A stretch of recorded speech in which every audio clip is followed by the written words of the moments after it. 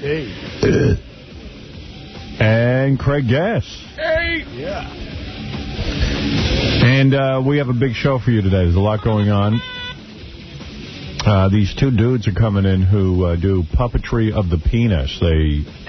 I've been trying to avoid this. They're coming in here. Yeah. You see, I booked this for you. I don't want to see some guy's penis. These guys evidently... What does that mean to you? I don't know, but they're on Broadway with it. And I knew a lot of guys growing up who could do stuff with their penis, but they didn't get on Broadway. Never thought to put it on stage. Yeah, you know, it's weird. I can't wait to interview these guys, because it's like I wanted to put that farting guy on, Mr. Methane. I wanted to put him on Broadway, and everyone said, oh, come on, that's so stupid. You should have charged it. I know, because these guys... and they're making... There's not even a story, right? They just... Oh, I don't know. I don't know that there's not a story. There's no song. I mean, not with them. Right. I mean, there's no play they're doing while they're twisting their wieners into different shapes. Artie, what can you do with your wiener? Nothing. That's it. Most women have said that. He can do nothing with it. The whole show is just that, though? They didn't... I mean... Yeah, they just stretch themselves and twist themselves. I don't know what the show is, quite frankly. That's why I'm having them on. But they're going to come in and play the gossip game with us. John from Jump the Shark will be here because he's got a whole bunch of new television shows he wants to talk about who have jumped the shark already. A lot of shows that are on now have already jumped the shark. That's right. And we were talking the other day about what a Star Trek geek I am. Ralph's coming in with a quiz, complete with sound effects and everything, to see what kind of geek I am. Are you as geeky as him, is what we're trying to... Penny Crone's calling in for some reason. I don't even know why. And, some other things are going on, too. We got a bunch of tapes, a bunch of bits, a bunch of phone calls to take. And also... And maybe at some point you will explain to me why these female reporters insist on going to Afghanistan. I don't know. Why don't they just send some guys over if it's such a problem? And now there's one that's been arrested. A British reporter was arrested for sneaking into the country. Yeah. Maybe you'll explain to me why we're sending like $3 billion worth of food to Afghanistan, aid and... Because you don't want to kill starving people. The poor souls of Afghanistan. That's what he said. Well, some guys read in the paper saying, I don't know if Bush is too consistent on terrorism. Right. He seems to be a little wishy-washy. Bush declared that he wants a state for Palestinians. And I'm like, this is a perfect time to reward people who are involved in terrorism. Well, Israel is saying, look, we're no Czechoslovakia. Yeah. Don't expect us to sit around while you give us away to appease nutcases. I know. It's almost like this bombing is the best thing that ever happened to the Arab nations. It got us right in line. Well, we're doing exactly what will get us more of this. Yeah. I told you. Man. I got to say, I predicted this one. Hey, listen, our fund is still open. And if you could, give. Even if it's as little as $5. 877-280-9200 or 800-711-3050. I know most people who are going to give have already done it. I raised even more money last weekend in Phoenix. Yeah, what did he do? Craig actually at his comedy shows just goes outside and does funny voices for people, and they give him money. For their answering machine. Well, people want me to call their mom a whore as Sam Kinison after the shows. Or... Give me an example. Like if I walk up to you at a comedy show. What might you ask? Well, now for what a little do bit of money, I go, sure, give me the fun. Okay. Your mom sucks. You're a bitch. You raised a loser. Oh. And then they pay you what? A couple of bucks for that? Yeah. And when are they going to use that? For Thanksgiving? I call up their mom at home at 11 o'clock at night and call her a whore. Oh, you're kidding. I'd pay $20 for that. I thought he was doing that in a tape recorder. He's actually calling people. I got several broads I'd like you to do. That's nice. You actually do that, huh? Yeah, call them up in different voices or do the outgoing message as Al Pacino's baby or call someone up as Sean Connery and tell them, I'm marrying your daughter, and she's a whore. And you do this, and they give you a couple of bucks, and you've, because you've raised, how much money have you raised in total? About 10 grand now. 10 grand. You know who's great? Crunch Jim's gave 50 grand. And they continue, yeah. This guy, John Chodorow, who owns Asia to Cuba and China Grill restaurants, originally gave us 10 grand. He's just upped that to 20 grand. Wow. Man. a lot of people, they're giving money. Lonnie from Scores 10 grand. And I think, I can't get an exact tote from Tom. Exactly what we have. I don't know why. But well, he probably needed some personal time. He couldn't count. That's what I was thinking. Maybe he needed to go to Camp David, or his version of it, wherever that country club is he goes. And then, absolutely. Yeah. But I'm trying to find out. Yeah. So I'm trying to find out, and, again, I know a ton of people if everyone in our audience had given, we'd be up around, 50 million. We'd be able to feed the Afghanis. We'd be able to feed everyone. Yeah. So, this is for guys who died and their families, What's up? Well, the number keeps changing. Okay. So where are we? What's your latest number? Approximately 2,000,007. So 2.7. Okay, so we're doing great. We're still going. There is a ton of mail. We're going through a ton of mail. Opening those envelopes, there have been some very generous checks in those envelopes with $1,000, $2,000. Wow. Some people sending $2. It's really overwhelming. Yeah, and I'm serious. Whatever you can give. Yeah, don't be intimidated that if it's a $5 donation, hey, that's or okay. Even a $2 donation. Yep. I mean, some of the ones that touch, when we're doing this, some of the ones that touch you the most are the ones that send $1 and say, this is all I can spend. I'm on a pensioner, whatever. Yeah, we had a 10-year-old send us $16, which is the money she got for her birthday. So certainly $5. If everyone does it all at once, then we'll be, be able to hand over a lot of money, and we'll all be done with this. Take care of a lot of families. Yeah, 877-280-9200 or 800-711-3050. We'll be back right after these words. Howard Stern. We will not be terrorized. With liberty. We will fight terrorism on all fronts. And justice for all. BCN. You're listening back with more Hal. Take a joke.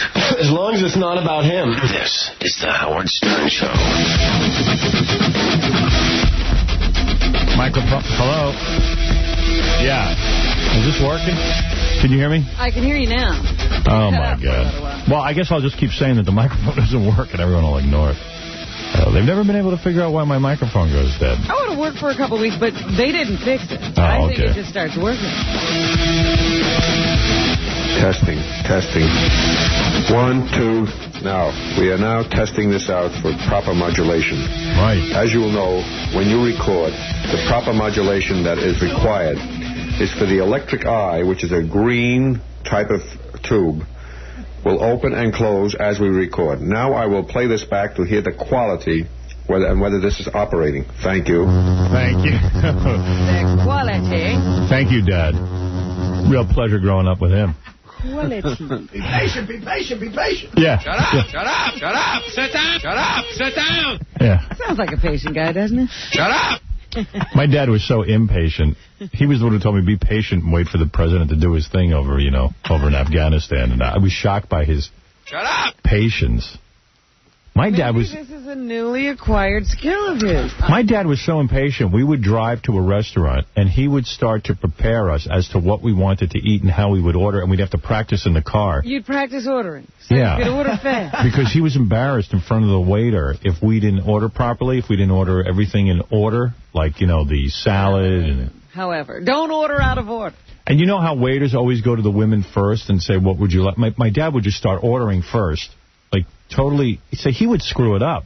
So that didn't embarrass him that he got that out of order? No, and he was so proud of the way he'd order. In fact, he'd look at us afterwards like beaming. That was a good order. Because he took us to this one place in Hempstead, Long Island, which was I don't know, it was like, I can't even describe the restaurant. It was like definitely like one of those old people's restaurants.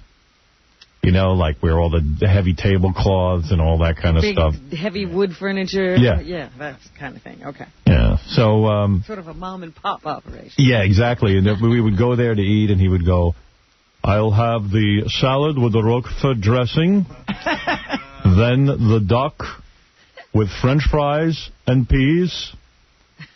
Because you get 2 vegetables. Yeah, right. Thank you. And then he would look at her, and then he'd smile, like, hey, look what I just did. Aren't you happy with me? Are French fries a vegetable? Yeah, that's sort of in the vegetable. It's your little side dish, and then my mother would go next, and she would get confused, but he couldn't yell at her. Sometimes she'd even go, I need more time. I go, why do you need more time? We come here every week. You should know ahead of time.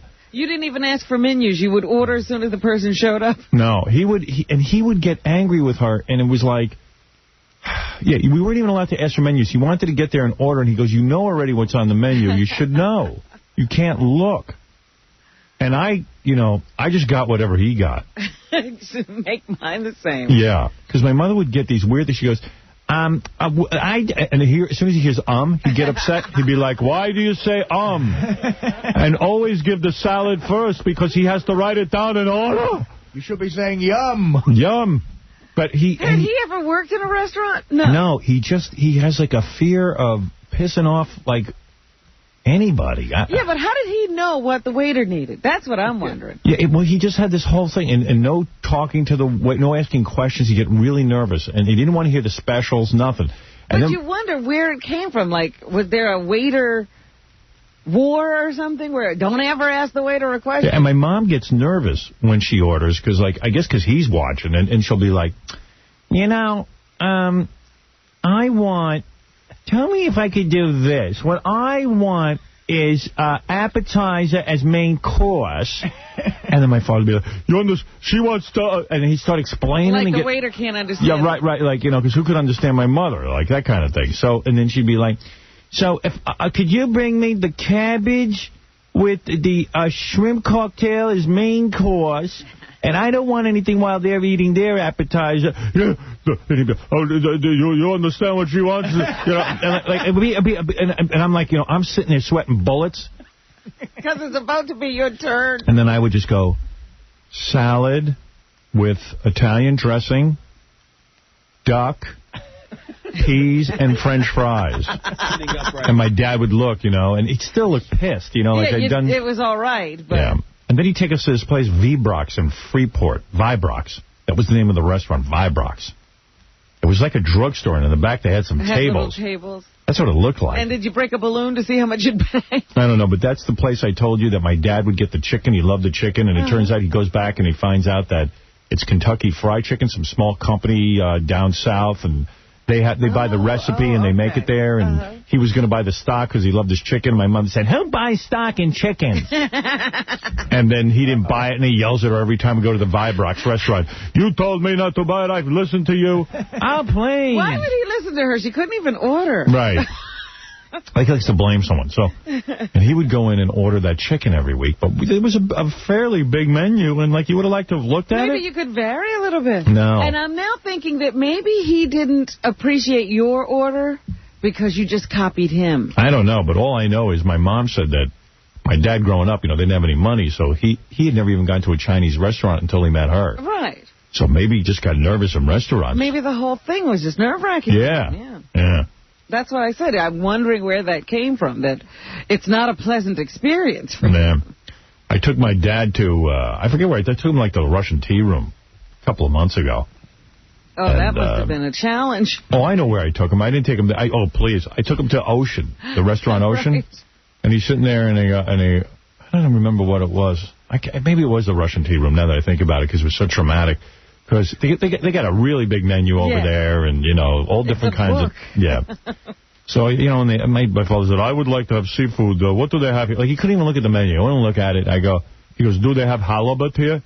I love halibut. So I'm looking down the menu for him like he's a little boy. And do you think maybe he can't read? No, he reads. Believe me, he reads the New York Times every friggin' day. Maybe he's sitting there just staring. Yeah, he was. So... we're sitting there, and I said, Dad, there's no halibut, but there's every other fish you could kind of want, Everything you'd want. Does he know about other fishes, though? Yeah, I mean, he goes to restaurants and stuff, I assume, and I think but he likes halibut, so he goes, he orders. It turns out he gets a different kind of fish, because there's no halibut. So he says to the waiter, I'll take the flounder, and he goes, I want the halibut, but we don't have it. So he's mumbling to himself. So I go, Dad, what's the matter? He goes, I wanted the halibut, but they don't have it. So I said, yeah, the waiter knows. I mean, why tell the waiter that? He wants to make the waiter aware that they should have halibut. Maybe just he had the same order rehearsed for every restaurant. I don't know, man. Like even at McDonald's, I'll take the salad with the Roquefort, duck, Roquefort, peas, and French fries. Yeah. But I got to tell you something. He gets, and he likes to say the words. He tries to be fancy, like Roquefort. Roquefort. Roquefort dressing. Have duck. you ever taken him to a French restaurant? No.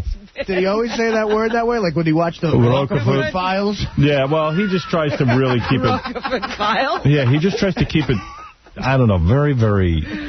Oh, dear. Very serious when it comes to ordering. Well, he's not a fun guy. I mean, I was telling the guys during a commercial, I could never work in a restaurant now because the goddamn menus are so fancy that, you know, I feel bad for these waiters. These waiters are smart the way they memorize. They do not care how you order. Yeah, I mean, they're like, for appetizers tonight, we have the goat cheese and potato terrine with arugula juice. And you're like, what? Well, how do you, like what is that? Compote? Yeah, compote. Is it compote or compote? I say compote. I'm scared to death to say it because I'm going to look like a jerk. Because sometimes I even go to Ben's Deli and they always get turkey with cranberry compote, but I say compote. And I don't even know what it is. But I like it. I go, I'll have the cranberry, the cranberry. And I kind of mumble it. I go, compote. The saffron reduction. That's right, the reduction. No, I like tonight we'll be having a tuna spring roll with soybean emulsion. And I'm like, well, what the hell? Emulsion? Who's emulting on my food? I don't want an emulsion. I don't even know what it is, but I love it. Serving the butternut squash soup with the black trumpet mushrooms and the peaky toe crab meat with mango and cumin crackers. And I'm like, what's peaky toe crab meat? What is peaky toe? Haven't the foggiest. Yeah. I'll get a burger. Yeah. But the funniest thing is they won't write those specials down. They make those guys memorize them. We're having the foie gras seared with the quince puree and corn pancake. And you're like, wow. We have a few specials. Man, you got pancakes? Hey, I didn't know that. I'll take your pancakes. We're having what kind of pancake was that? Yeah, like you get some out-of-town Yahoo. Yeah. And I would be the waiter. I'd come up to someone like you. I go, we're having the beet green ravioli with sage brown butter. You got beet green ravioli? Yeah. I'll take some of that. I'll take some of that with the French fries. Sir, we're going to have to ask you to leave. You don't know what beet green ravioli and the sage brown butter. Give me some of that saffron emulsion. We're having the shrimp dusted in orange powder with artichokes and arugula. Hot damn! The vegetables tonight are simmered in their own juice with chive oil. Simmered in juice? Yeah, juice. Oh, damn! They got that juice simmer up here. They simmer the Jews in New York. Hot damn. Tonight we'll be having the black bass with the carrot confit with orange juice and cumin. Confit, I know that. Yeah, right, confit. Confit? With the carry confit. What is confit? I have no idea what it is, but I know how to pronounce it. We're having the lobster roasted with corn, potatoes, and garlic. I hear that. That's what I usually go with. Right. I know what that is. Yeah. I'll take the black bass lynched. You know what's really funny is when you say, well, what is that? And the guy can't even tell you. Sir, how would you like your black bass? Lynched. With the duck tonight, we'll have medieval spices and root vegetables. Root vegetables. Medieval spices. Yeah. Well, that's the way it works. On the but venison, have you ever said, well, what is that? And they go, well, it's sort of like... Yeah, these fancy restaurants. Tonight's venison will be served with Savoy cabbage, pomegranate seeds, and fingerling potatoes. Oh, you do have the Savoy cabbage. Good. Yeah, you'll be having some Savoy cabbage. On the steak, the ginger shiitake and enoki mushrooms with the soy caramel sauce. Hey, doggies! Hot damn, you got steak! Hear that, honey? You know, what sometimes happens, they say caramel sauce, they go, wait a minute, you're putting caramel on my beef? Yeah, you know what, don't worry, it'll be good. I would like women. I don't know if I want that. I would like a woman to offer me sex the way waiters offer me food. Tonight you'll be having the BJ with the menu, yeah. With the reach around and 2 other options. Right. Tonight you'll be having a woman on top of you. Yes. With the reach around first. Tonight we're serving a Blumpkin ravioli. There's a choice of sides. You can. The anus will be offered up for dessert. Oh, thank you, sir. When does that begin? The chocolate anus. Right. The chocolate anus with have heated. With vanilla ice cream. With vanilla sauce. That's right. Oh. And then You're going in the gutter with this. a bread pudding with Carmel's milk ice cream. Caramelized. Yes. And that will be candied. Yes. Caramelized and candied. Her ass will be caramelized in candy. The Mons Venus will be offered up. And there will be an emulsion and a redux. Yes. The peaky toe vagina. Anyway, so that's that. Actually, I was reading from the JoJo's menu because that place rocks. Sounds like a great menu. Let me tell you something. All that stuff is good. I mean, Peaky toe is good? Sometimes I don't even know what I'm ordering. I went over there. That was some menu. You can mostly trust. They're not going to give you anything back. Nah, yeah, you can get anything over there. They'll, you know it's going to be all right. Any of these. But a lot of times, people who haven't heard these things, they freak out when they hear peaky toe and Savoy cabbage or whatever it is. Peaky toe. Yeah. Trust. It'll be good. How's that spelled? P-E-K-Y? Yeah, peaky toe. Oh, peaky toe. Yeah, peaky toe. I'm telling you, man, I don't know what half of this crap is, but it's good. I think they make it up. Peaky toe. Good. Peaky toe. I got to find it on the menu. What is peaky toe? Peaky toe crab meat. P-E-E-K-Y-T-O-E. Wow, it is peaky toe. And everyone's afraid to ask what it is. Like I go, excuse me, what's the peaky toe crab meat? Why are you afraid? I told you how I was raised. You don't know what the peaky toe crab meat is, Mr. Stern? Yeah, That's why you don't know what happens when you ask the question. I always say, well, what is that? I will have the peaky toe crab meat with the mango and cumin crackers. And then for my entree, I'll have the codfish roasted with marinated vegetables in an aromatic sauce. Thank you.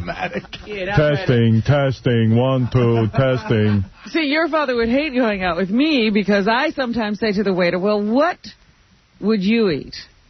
Oh, your father would go crazy. Yeah, I do that now. Because I have a whole thing I go through with the waiter to find out what the best dish is. The best douche? Dish. Oh. But you said the best douche is. I said dish is. The best douche is... What is the best douche? The douche is actually on the menu. You don't use douche?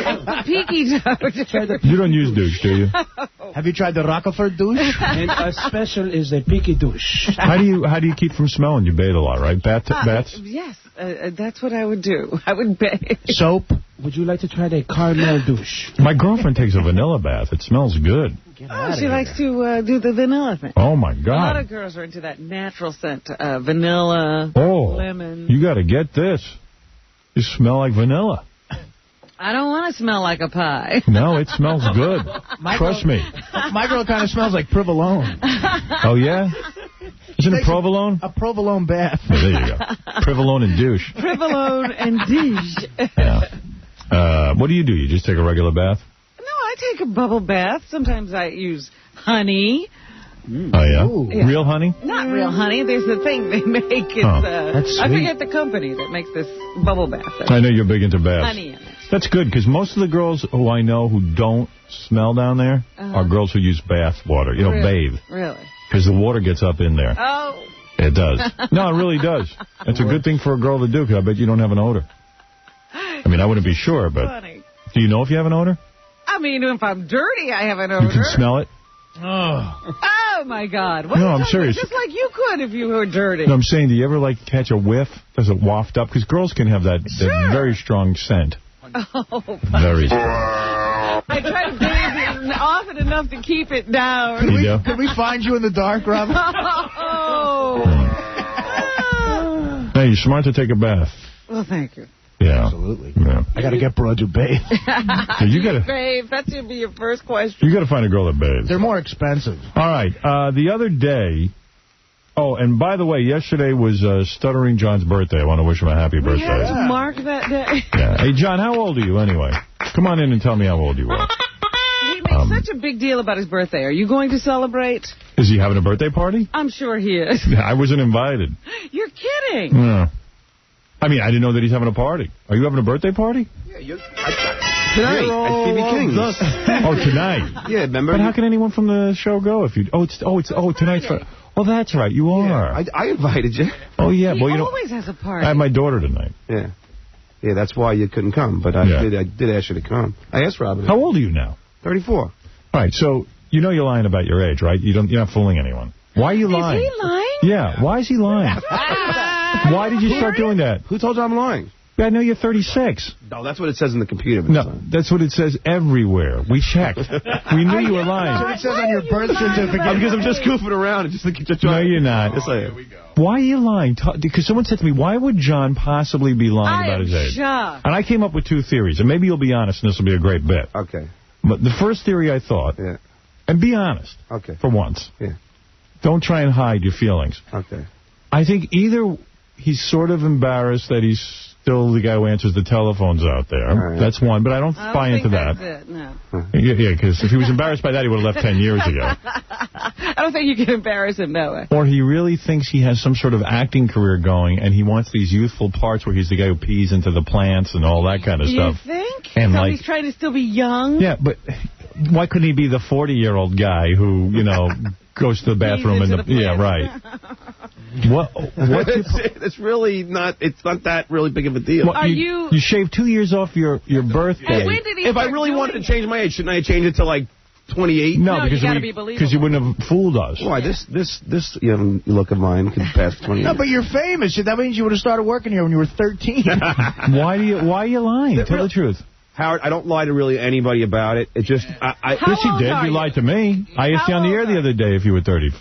I asked you how old you were. But see, it's like an inside joke. I just always say... Nah, you're not being honest. How old are you, John? Like on Love Cruise when they hold up the BS paddle? That's BS. Why are you lying about your age?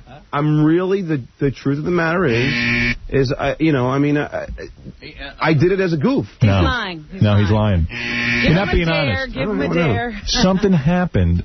Like in your mind to say, hey, I need to shave 2 years. You thought this out. What do you say? It really wasn't.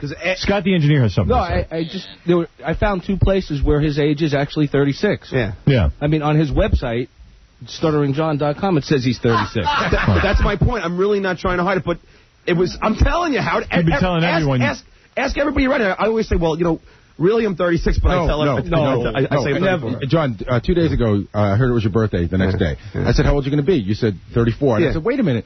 You're that much younger than me? And you go, yeah. And I go, I could have sworn. You go, no. I mean, there was no joke. It was no right. Yeah. There was no winking. That is the joke. And Gary was asking me for my driver's license. It was just goofing. Gary said that on the air about 6 months ago. Yeah. What are you trying to do, like the Jackie thing? Like we were always... Are you trying to get a shtick going? No, it was just...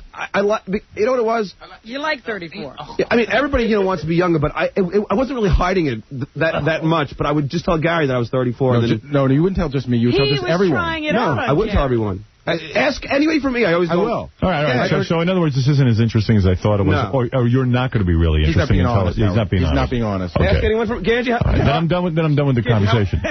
John told me yesterday that he does lie, but he lies to Gary because it pisses Gary off. But he lies to me too. No, I didn't. I tell everyone. Right here the other day that he was. I tell everyone I'm 30. Ganji, how old did I tell you I was? He told me he was 36. See, he lies about being 34. Yeah, see, it's no big deal. But it's not the big deal you thought it was. All right. Okay. Good. Okay. I'm done. Thank you. You're weird. But you can come tonight if you want. Thank you.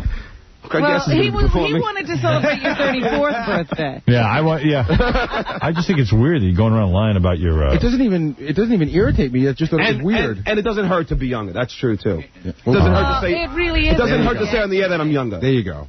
But that's true, too. But it's... Well, who's judging you? But, nobody. The directors and casting people. If you wanted people to think you were younger, wouldn't you lose a couple of pounds and try to look younger? When I got a record deal at Atlantic, they told me to say I was like, 2 or 3 years younger than I was. Younger. 2 or 3 years. Younger. And I was 28 then, but they said I should say I'm 26. And they also asked me not to talk. All right, so, hey. Happy birthday. Happy birthday. Who cares? This is an interesting story. The other day, Robin, we did a news story on the air about this guy who found a penis in his drink.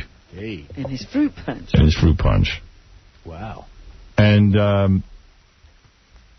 what happened was the guy opened up a bottle of fruit drink, and he found 3 inches of a penis in there.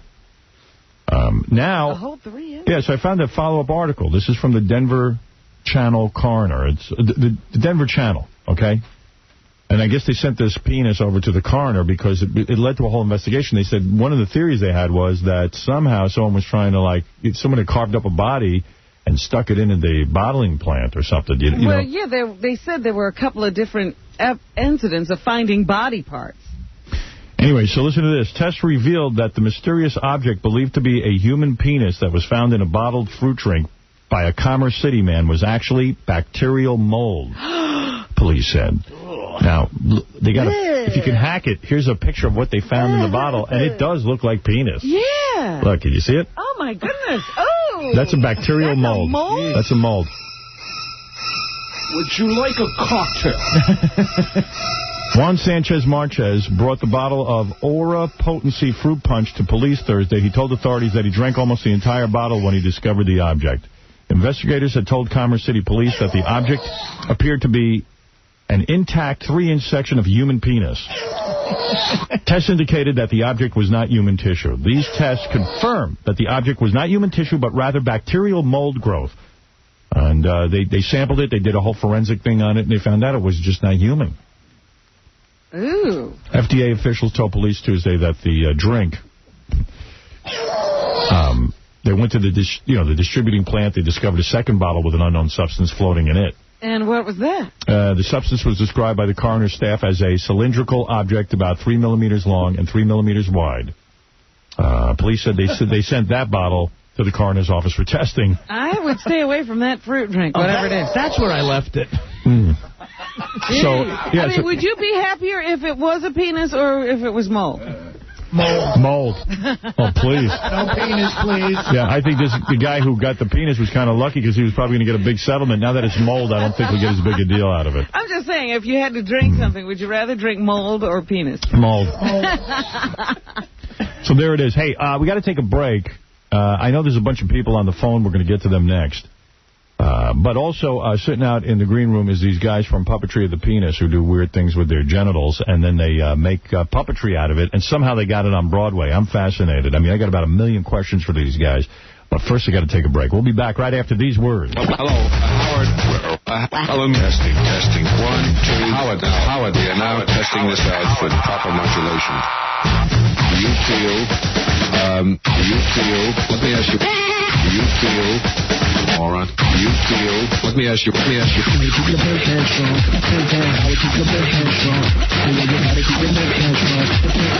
You're listening to The Howard Stern Show. Howard, I don't want any foolish answers from you, otherwise don't answer. Stay tuned. The Howard Stern Show continues after these on BCN. WBCN. Get Howard off the air. This is the woman organizing the protest, Patricia? We have enough smut in our country. I mean, we don't... What do you consider smut? Just all the things that you do with women. You're not going to get me off the air because God is on my side. And you're so powerful. What do you need to write letters for? Just pray. We'll disappear. Right. That's what I'm doing. I'm praying for you, Go ahead and buddy. pray and stop writing. I'm praying for you. When are you going to get me off the air? Well, give me a timetable. Well, it's in God's hands. Oh, now it's in God's hands. When you retire, she'll say, that's my prayer being answered. Right. Who's that woman behind? Well, if you're so familiar with the program, you would know that. Oh, you poor thing. When's it going to happen? What's your name? I'll have to pray for you, too. What's the Gertrude. Oh, bother. Gertrude. Gertrude and Howard. Okay. I certainly know. You can write all the letters you want. You can do all the complaining you want. You won't get me off the air. In fact, you fuel me. In fact, I was thinking of retiring in 2 years. I'm going to up my contract 5 more years. Now back to Father Howard, God of all that's wrong in this world. All right. Hey now.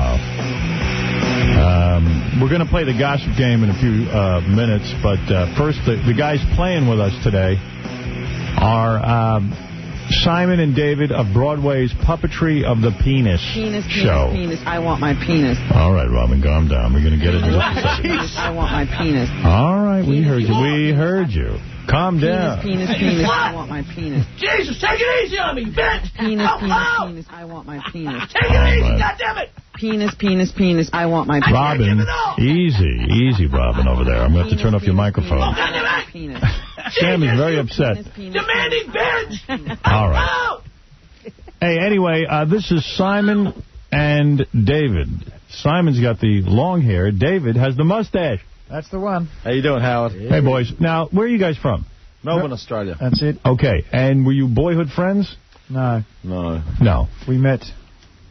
What's so mind-blowing to me about this? Did they meet as adults?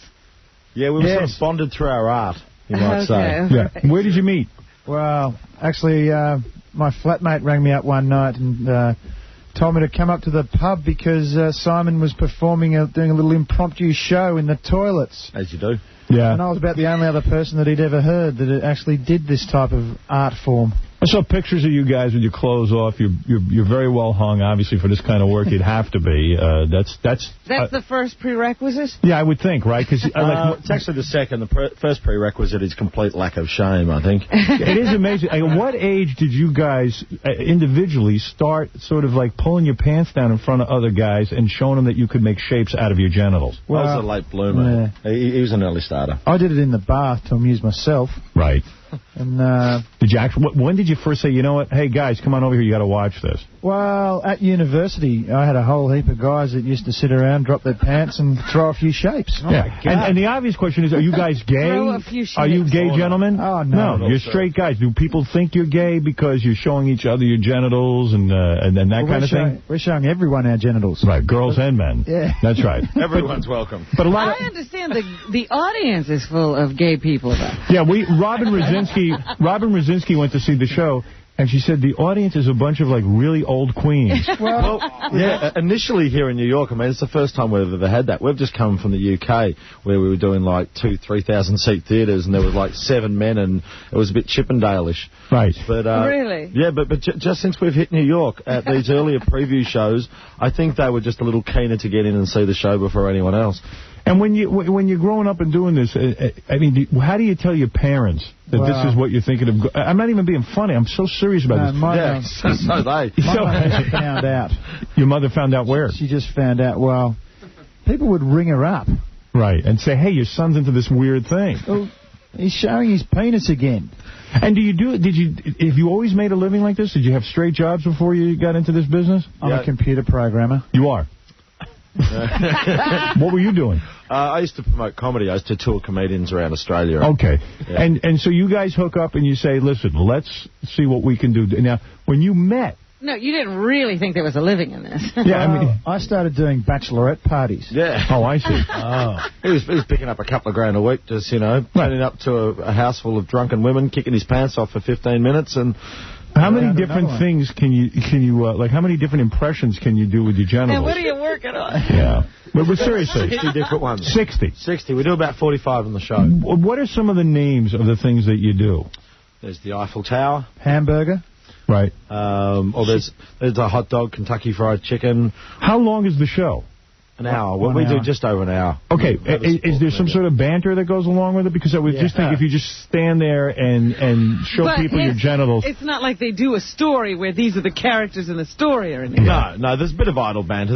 We do our best to give the audience a bit of a cuddle through it all, When Robin started, I used to actually make a story up. Yeah, because Robin's idea is a good one. Like, I could see, like, Shakespeare with penis. That's it. Yeah. That's where we're going next. Most of us the purists. Right, so you have an act that you do. In other words, you talk to the audience, you make jokes, and then do you come out completely nude or do you strip? Oh, no, we're not weird or anything. Right. We wear capes. The capes last for about 2 minutes. They're Superman. That's it. I think I would go see something like this. I mean, it's completely Let me know non-sexual. How it is completely and utterly non-sexual. So you could take kids, is what it's...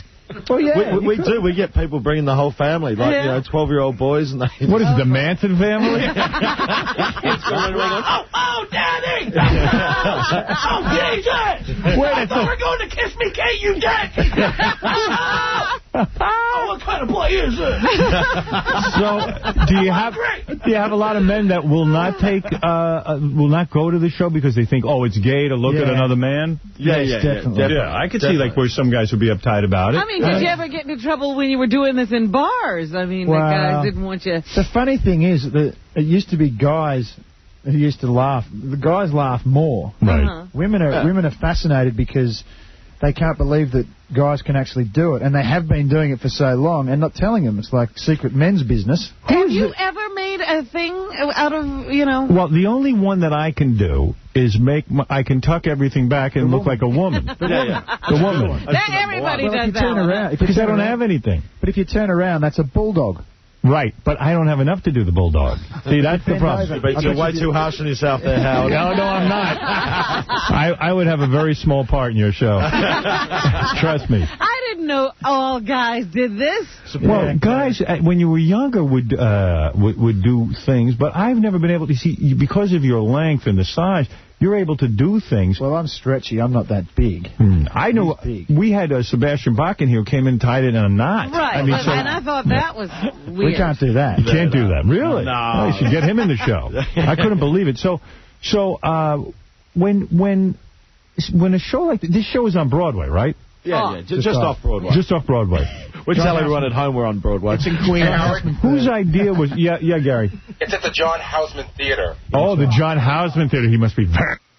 A great actor, John Houseman, dead. Yeah, he finally gets a theater named after him. Yeah. Imagine he's rolling in his grave now. Imagine they dug him up and said, yeah, Puppetry of the Penis is over there. We do plays the old-fashioned way. What? With penis. Coming soon to the Carrot Top Theater.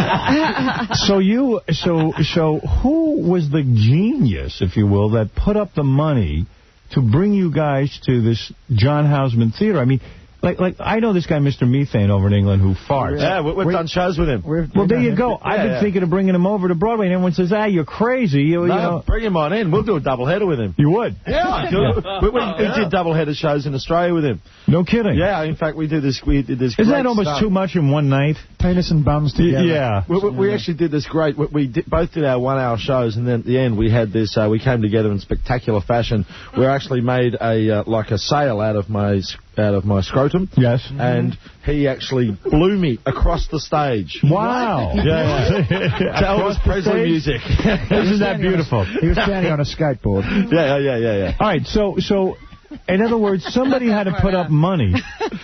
Somebody had to put up money. Somebody had to come up with this idea. Yeah. We got two wonderful producers, David Foster and Ross Mollison, and they've been working with us for a while. We've actually done the UK extensively. We've just been in Canada. We did Montreal and Toronto. Now, recently, like a lot of Broadway and off-Broadway stars got together to cut a commercial in light of the World Trade Center disaster. They wouldn't have you there. Did you ask if you could be there? No. They didn't want the guys from the Puppetry of the Penis? That's just wrong, isn't it? The phone wasn't ringing hot. Is the show sold out every night? We've been full every night so far. You have? But it's, I mean, obviously things are a little slow kicking in now. Right. It's a tough time on Broadway. Tourism is down. Yeah, but I mean, I feel a bit like Bob Hope coming in to entertain the troops. How long has the play been going on? We started in 1998. Wow. At the Melbourne International Comedy Festival. Wow. The show went for about 20 minutes. We developed it over a 2-year period. When you and obviously you have to stay in good shape for this because you're nude on stage. Well, we drink furiously and eat as much as we can. Do you drink though? Seriously, I mean, it's got to be weird to walk out on a stage nude. Oh, that's true. Yeah, you would drink anyway. We've got a much more suitable climate for kicking your pants off and entertaining your friends back home. Do you shave your body hair? Do you do anything special? No. Nothing like that. No. We're au naturel. That would be weird. That would be very weird. Yeah, see, that would be gay. That would be very good. That's crazy. Are you guys married? Do you have families? I have a girlfriend. You do? Really? She's still willing to say that? She's around here somewhere. Yeah. And then she's our stage manager. And is this the kind of thing you do at home in front of her, or you never bring your work home? Well, I bring part of my work home. Right. And does she do vaginal tricks or anything like that? Let's get her in here. I don't want to go into that. Right. So can she do ZZ Top with her? If you were to do this for us now and not tell us the names of what you're doing, do you think we could guess what you were doing? Sure. Yes. You do? Yeah. Shall we shuffle a couple? Yeah, just shuffle a couple if you don't mind. And, Robin, we'll try and guess. All right. And then we'll get Mike Walker on the phone and we'll play the game. But here go the guys. Do you mind if I leave? No, you got to look. Come on, you got to look. Sam Kidderson, you got to look. Stop trying to pretend to be so macho. Hey, Casey, bring in the microphone so we can... Oh, Jesus. Your pants are off. What'd you expect, Howard? You know what? This is a little weird. And they're very close to you, Howard. Yeah, oh, my goodness. Oh, Robin, you're looking. Guys, can I ask you what you do? Are you getting yourselves aroused? They're getting ready to do whatever they do. They don't need to be... This is really going to affect me. I think so. I'm really not gay. I know it for sure. All right, what is that? All right, that looks like a sandwich. It's a hamburger. A hamburger. That's a hamburger. Wow. I usually check out my sesame seeds there, Howard. Wow. I'm going to throw up. Whoa. And that doesn't hurt? Does that hurt? Does that hurt, guys? No. No, he does. Casey, get the microphone over there. You like this kind of thing. You'll be able to... I don't know what they're doing. They're going to have to move closer. That looks like Mickey Mouse. Oh, snail. A snail. Am I right? Correct. That's a snail, yeah. Wow. About this one. That's elephant's trunk. He's not doing anything. Vacuum cleaner? I'm going to say a bad weekend. No, think of France. That's Joan Rivers. Oh, Eiffel Tower. Yeah, look at that. Not bad. Look at that one, Robin. You guys are crazy. Hey, you look closely enough, you can see all the people milling around up the top there, too. You're not circumcised, are you?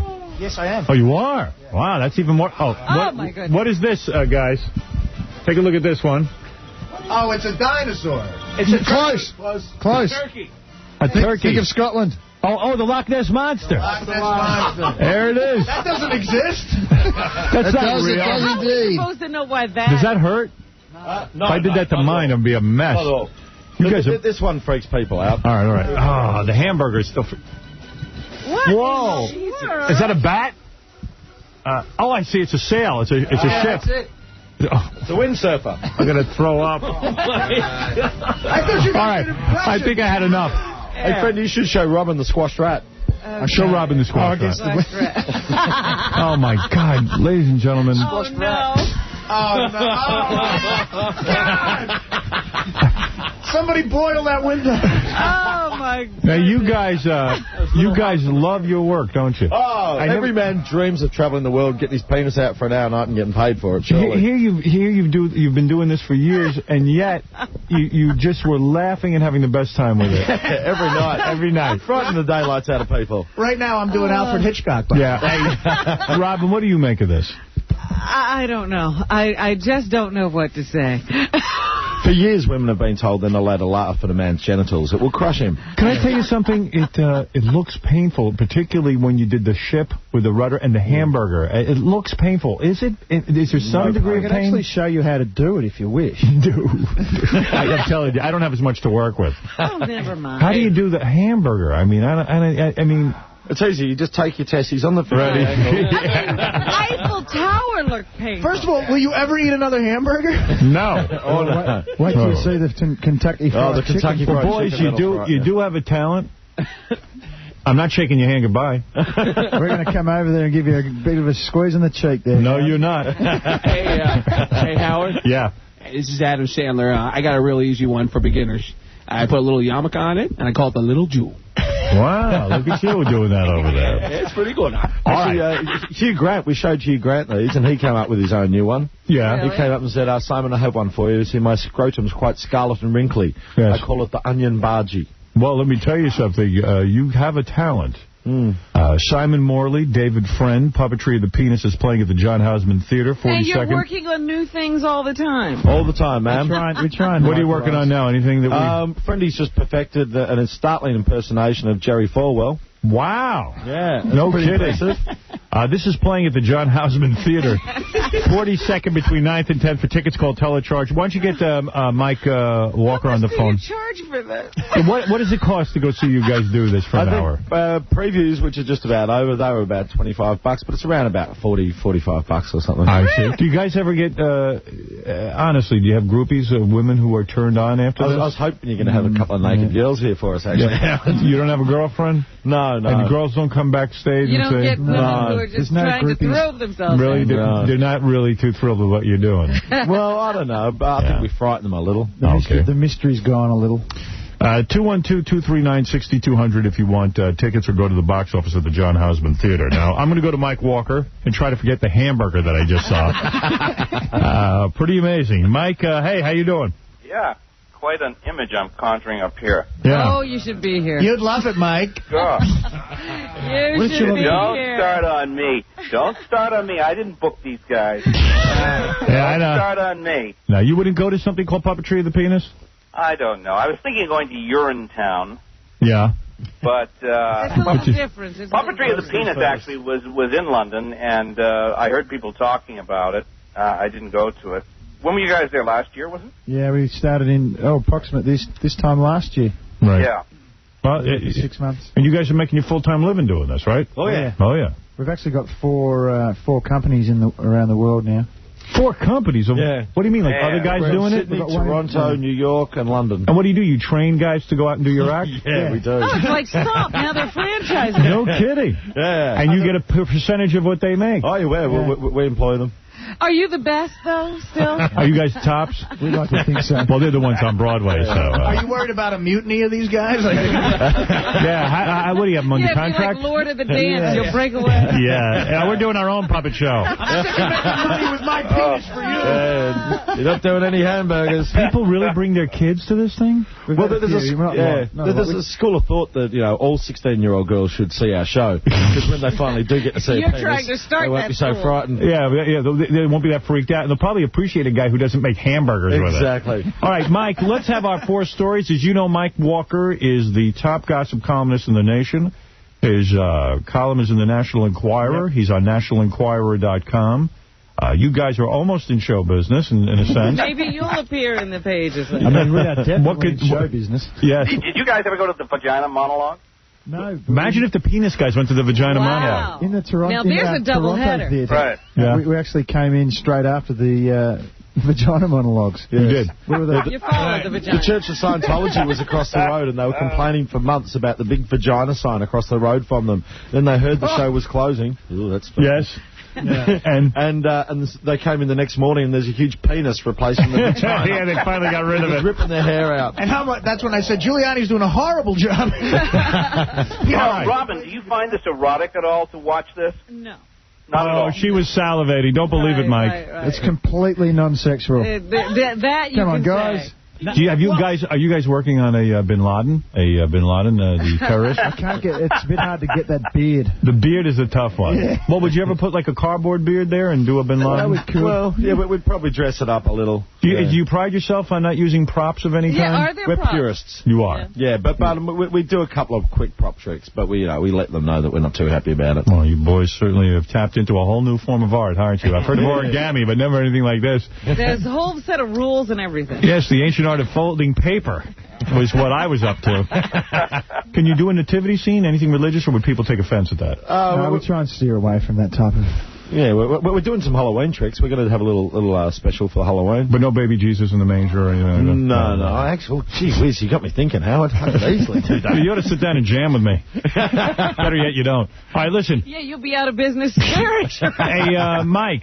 Yes, sir. Why don't you give us 4 stories? Boys, try to pick out which is the false story. Okay. All right? All right, here we go. All right, keep your pants on.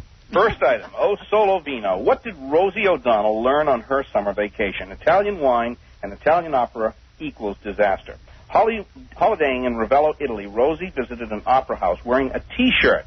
No one told us, but it was black tie, recalled the star. Now, we'd had a lot of house wine. It was like being at church, when you start to laugh, and you're not supposed to. I was laughing hysterically. People started to get annoyed. I was shushed. Then they called security. We got kicked out. We started cracking up. We heard every single person, including the orchestra, yelling, "Shut up." That's true. What is it, Rosie O'Donnell wore a T-shirt? To an Wore opera. a T-shirt to an opera house, made noise, got thrown out. Huh. All right, go ahead. I believe that. Yeah, go ahead. Number 2. Tiffany Amber Thiessen, who now wants to be known just as Tiffany Thiessen. Really? Yep. No Amber? No Amber. She's a serious actress now. She's still good showed looking? up for her first script read-through with the cast of NBC's hit show Just Shoot Me, and her new role on the show as a sex advice columnist. On the table was a beautifully wrapped welcome gift waiting for her, but she got nervous when she heard strange noises coming from the box. Tiffany jumped back and said, "Why is it making noise?" David Spade drawled, "Don't worry, the only explosions you'll get out of that are internal." Tiffany opened the box, which was filled with sex toys and vibrators, several of them turned on and buzzing. Did that offend her? I think she was startled. All right, number 3. I dropped my wife's diamond earrings, and they were really expensive, screamed Rob Lowe on the West Wing set. Rob had put the $10,000 gift for Cheryl, his wife, in his jacket pocket, and filming stopped immediately while cast and crew went down on hands and knees to search out the sparklers. Suddenly, a heads-up crew member said, "Hey, Rob, didn't you change your jacket for this scene?" Rob raced to his dressing room, found the studs in the other jacket, and breathed a whoosh of relief. And number 4. Number 4, Yes Sirree Bob. Robert De Niro saw red, white, and blue when a guy approached him at his mid-Manhattan Tribeca Grill and handed him a script focusing on the World Trade Center tragedy. "You'll play Mayor Giuliani and win an Oscar." The jerk crowed, Stunned De Niro snapped, "I can't believe you're trying to cash in on this. Up yours, buddy." The star grabbed the creep's collar and marched him out the front door to a chorus of cheers from other diners. Damn, I was going to bring in my World Trade Center script. You better not. Yeah, I don't want to get my luck. Hey, I'm just trying to get a job, okay, dude? All right, there are 4 stories. One, that Rosie O'Donnell wore a T-shirt to the opera. Number 2 was Tiffany Amber Thiessen got a bunch of vibrators as a gift when she went to the set. Also, diamond earrings. Rob Lowe lost them on the set of a West Wing. But they found him because he switched jackets, and De Niro's script for the World Trade Center didn't fly big, and he threw the guy out of the restaurant. I want to go first. You go first, then. I believe the fake story is the vibrators and Tiffany Amber Thiessen. I don't believe in this day and age that they could have a guest star come on. And in the climate of sexual harassment and all that kind of stuff, give a woman vibrators and things like that. I don't. Sex advice columnist, though. Yeah, I do not believe that that is a true story. Interesting take. I call that item, by the way, Pandora's Box. Now let's go to the puppetry of the penis, guys. And guys, could you do an impression of Rosie O'Donnell's infected finger with your... Not at the moment, thank goodness. Hey, do you have a lacquer band there? It would just be really interesting if you did that with, didn't her hand get all pussy? Yes, it was infected. That would be the closer. That would be the closer, yes. That would close the season. Okay, well, let's go to the guys. Who do you think here is not right? 1, 2, 3. B and D.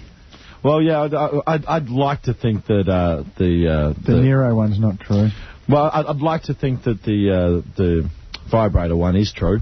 I'd like to go home and think about that. I think the De Niro one you're saying isn't true. Maybe you're right, because think about it. I mean, who, first of all, would have a script together that fast? And secondly, De Niro doesn't throw people out himself. He doesn't talk to anybody. He doesn't even talk to anybody. Plus, it doesn't seem like he turns down any movies nowadays. Yeah, exactly. I think he'd want to play Rudy Giuliani. This guy did Rocky and Bullwinkle. Isn't that Are you guys saying De Niro? No, well, I'm not sure. Would the crew get it down on their hands and knees and help Rob Lowe look for his diamond earrings? Yes. But they take them. They would? Yeah, exactly. Yeah. Cool, that show, absolutely. They're very What is the fake story, boys? Go ahead.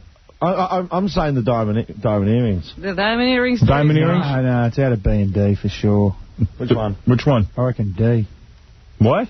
D. Oh, okay. De Niro. He reckons D. All right. I thought you guys had to agree with each other. All right. All right. David says it's they, and Simon says that's say. I reckon D. All right. Let's go to Al Pacino's baby, who's playing. Go ahead. All right, Mike Walker, you catty bitch. All right, here we go. Al Pacino's baby doesn't like Mike because many times his father... He writes about dad and mom. That's right. Yeah. Terrible. Rosie O'Donnell, I got to believe that's true because lesbians never dress up. That's right. Bobby De Niro is a good man. I'm not even going to approach that. That's a friend of yours. Tiffany Amber Thiessen, that could be it. No, I'm not going to go with Tiffany Amber Thiessen. I know she's really jittery. That's actually a true story, because I nailed her 25 ways till Sunday last week. Go ahead. And Rob Lowe, the diamond earrings, I'm not buying into that, because I don't think Rob Lowe has diamond earrings. His wife. We actually tag teamed the Olsen twins together. Me and Al Pacino's baby. I'm telling you. You say that it's diamond earrings. That's right. He loves underage girls. I know he's into women. Oh, He doesn't wear earrings. I'm going to say Rob Lowe. The underage girls was years ago. All right, Robin, what do you think is the fake story? I'm going to go with the Rosie O'Donnell story. You don't think that's true? I do not think that's true. All right. And who else is playing? Artie, you playing? Yeah. Go ahead. I agree with your logic about the Tiffany Amber Thiessen thing, but the De Niro thing is so unbelievable that he get up and throw somebody out by his collar. You think that's not true? I really think the De Niro thing's not true. All right. You agree with David from Puppetry of the Penis? Yes. All right. And Fred, are you playing? Yes, I am. Always scares me when Fred plays. Go ahead, Fred. I want to say De Niro is false because a lot of places were closed down there, but since it's the most normal story, the Rob Lowe. Rob Lowe. All right, let me tell you how it breaks down. Robin, you're the only one who says the Rosie O'Donnell T-shirt story. Howard is the only one that says Tiffany Amber Thiessen. I don't believe they gave her a box full of vibrators. Plus, she's a serious actress. Simon from Puppetry of the Penis, Al Pacino's baby, and Fred all say it's Rob Lowe. And Artie Lang and David from Puppetry of the Penis say that the Robert De Niro. That's how we're falling out. Come on. Well, ordinarily, you would say Howard is the only one standing alone and that Howard's wrong because you have not had a very good run of late, Howard.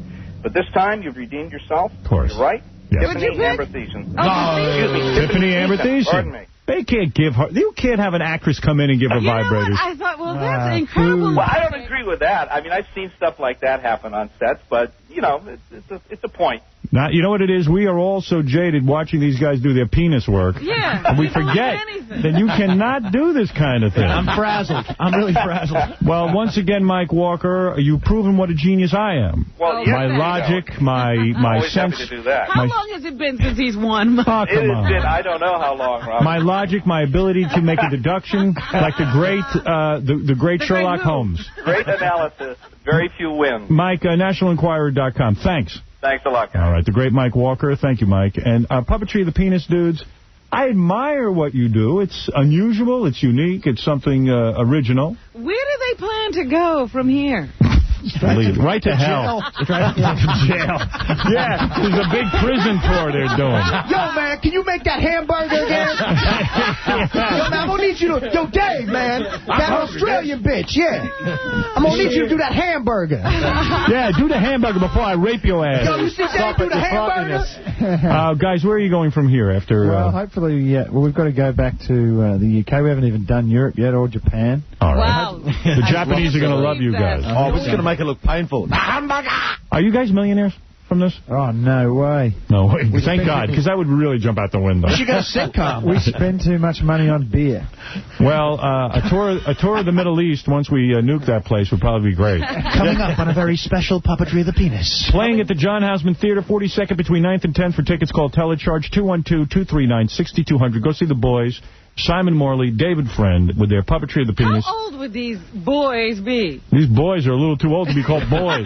Old enough to know better. 32. How old? I'm 32. I'm 34. Yeah, so is Stuttering John. You guys going to go to Stuttering John's Sweet 16 party? Oh, can I? Well, hey, thanks, guys. Thanks for you don't having mind us, if I don't Howard. shake your hand goodbye, I hope. I mean, you've just been handling yourself. Clean. Are they clean? You know, we just watched. I don't take your word for it. Where have your hands been, Howard? And we'll come back sometime and do an impression of the following things. A digital camera. Okay. Barry Bonds' 70th home run baseball. I tried that this morning. And a Toyota Land Cruiser. I want you to work on those, and I'll see how you do with that, okay? All right, we'll workshop them. All right, good. Can we have some naked women next time? You bet. We're gonna take a break, and we'll be back. I need a break. Right after these words, we'll be back.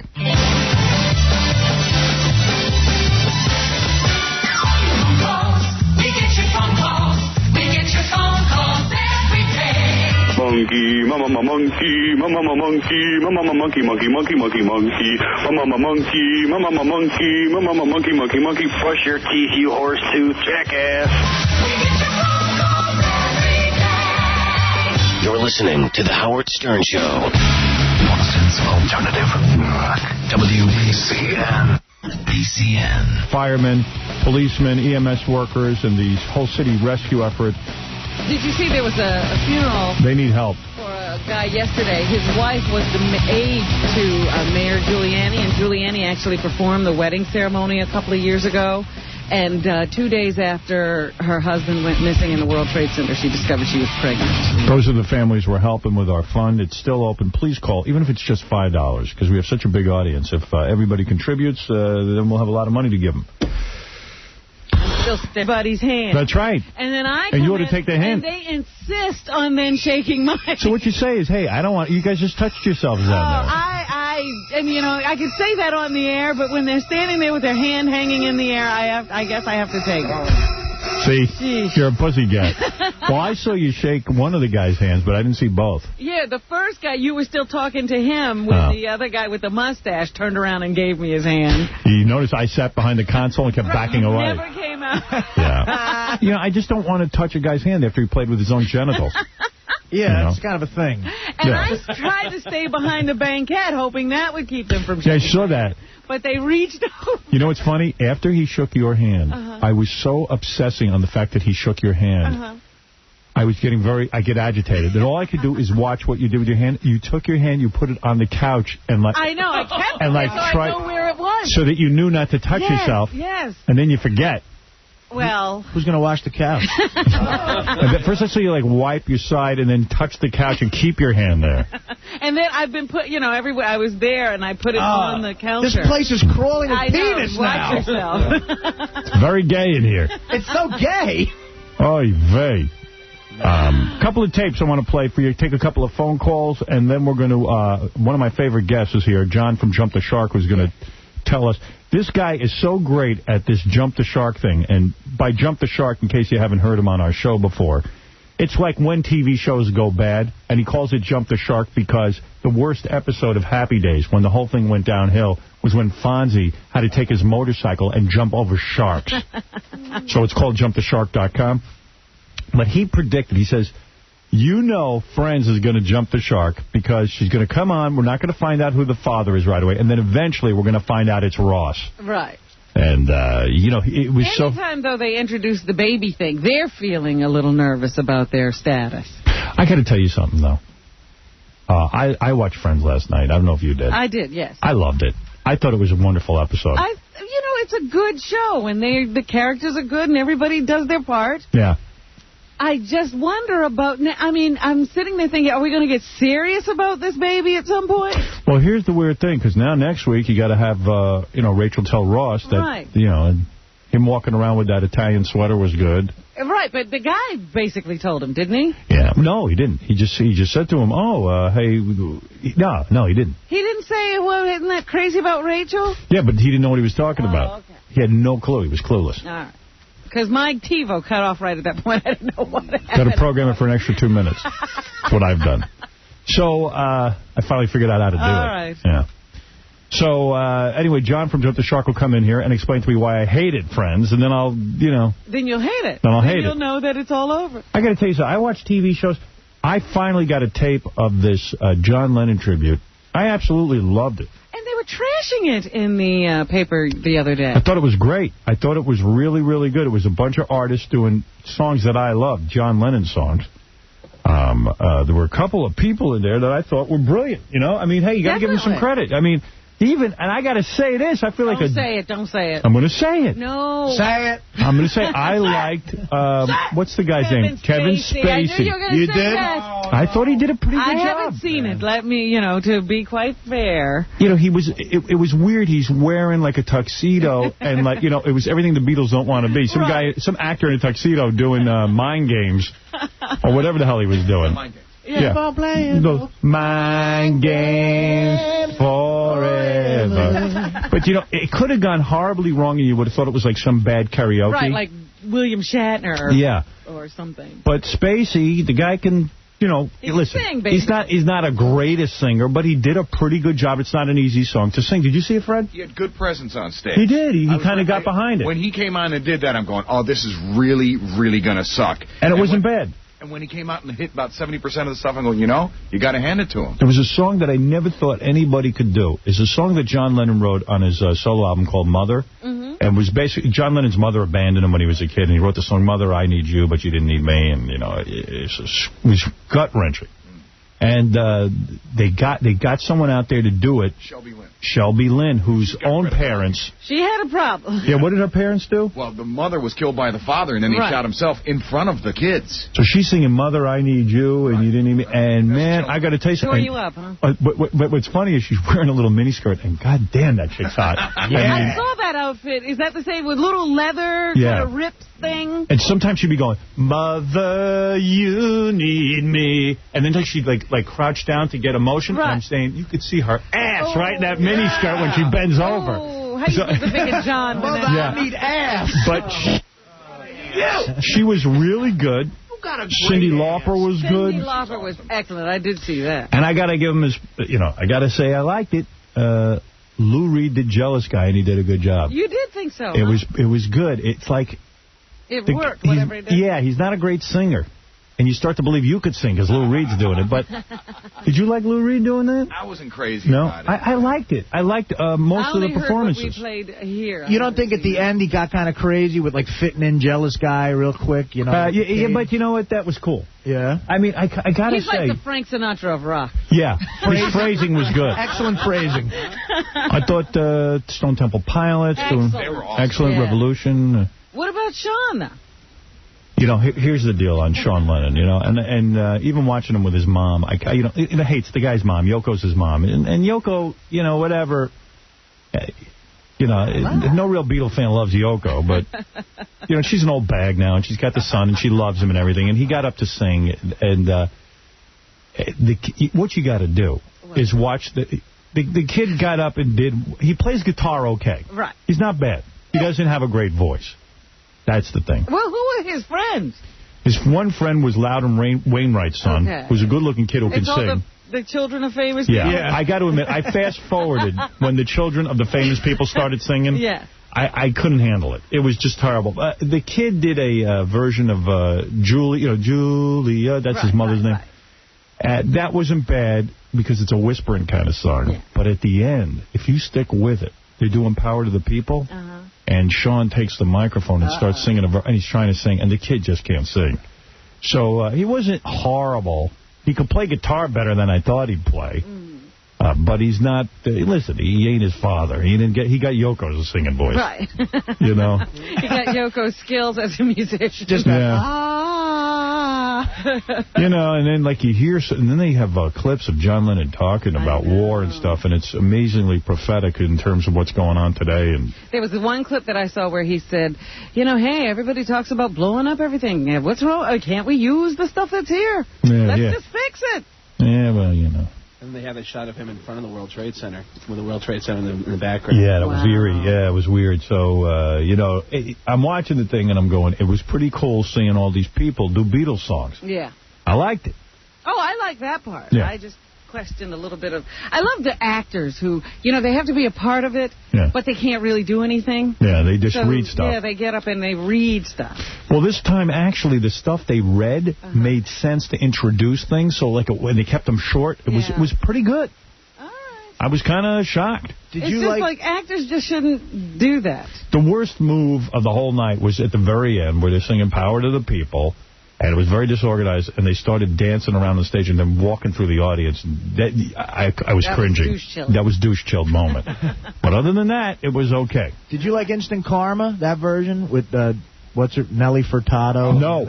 You know what? Yeah, I cannot get into that chick. Yeah, me neither. She's good-looking, but it was Dave Stewart and Nelly Furtado, and it sucked. It really was bad, yeah. So finally, there was something bad. Yeah, there was. Instant Karma was really bad. Instant crappy. Yeah. That was bad.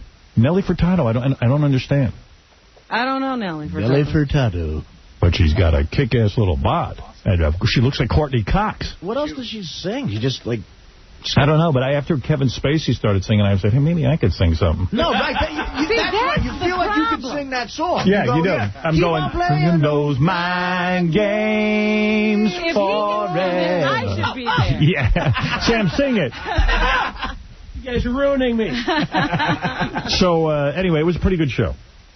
I don't know, but you never know until John from Jump the Shark gets here. He could tell you what everything's bad about TV. I know. I mean, there were bad reviews of it the next day in the newspaper. Yeah. I never knew why they call it Jump the Shark. Yeah, that's it. Jump the Shark. Cool. Hey, Suzanne, you're on the air. I'll take a couple of phone calls and then a bunch of tape, and then we're going to hear from John from Jump the Shark. And Ralph's going to give me the Star Trek quiz. Hi, good morning, Howard. I just have a question. I really loved the special the other night, too. But I want to know, what's that band that Scott Weiland does? This kind of a gayish shuffle kind of thing. And no matter what the song is, it's the same dance. Right. And it doesn't matter what the tempo is. Hey, you want to know something, though? I would love to, I don't know what his demon is, that, he was on heroin and all that stuff.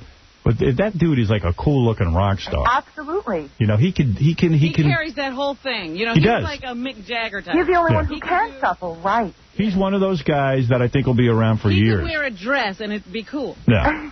Well, it's a pleasure speaking to you, Howard. What did you just say? He could wear a dress and it'll be cool? Rob, no. You got too much penis on your hand. We don't say stuff like that. No. There's nothing cool about that. I was penis. Yeah. Bowie was a cool dude, too, but he came out in a dress on Saturday Night Live.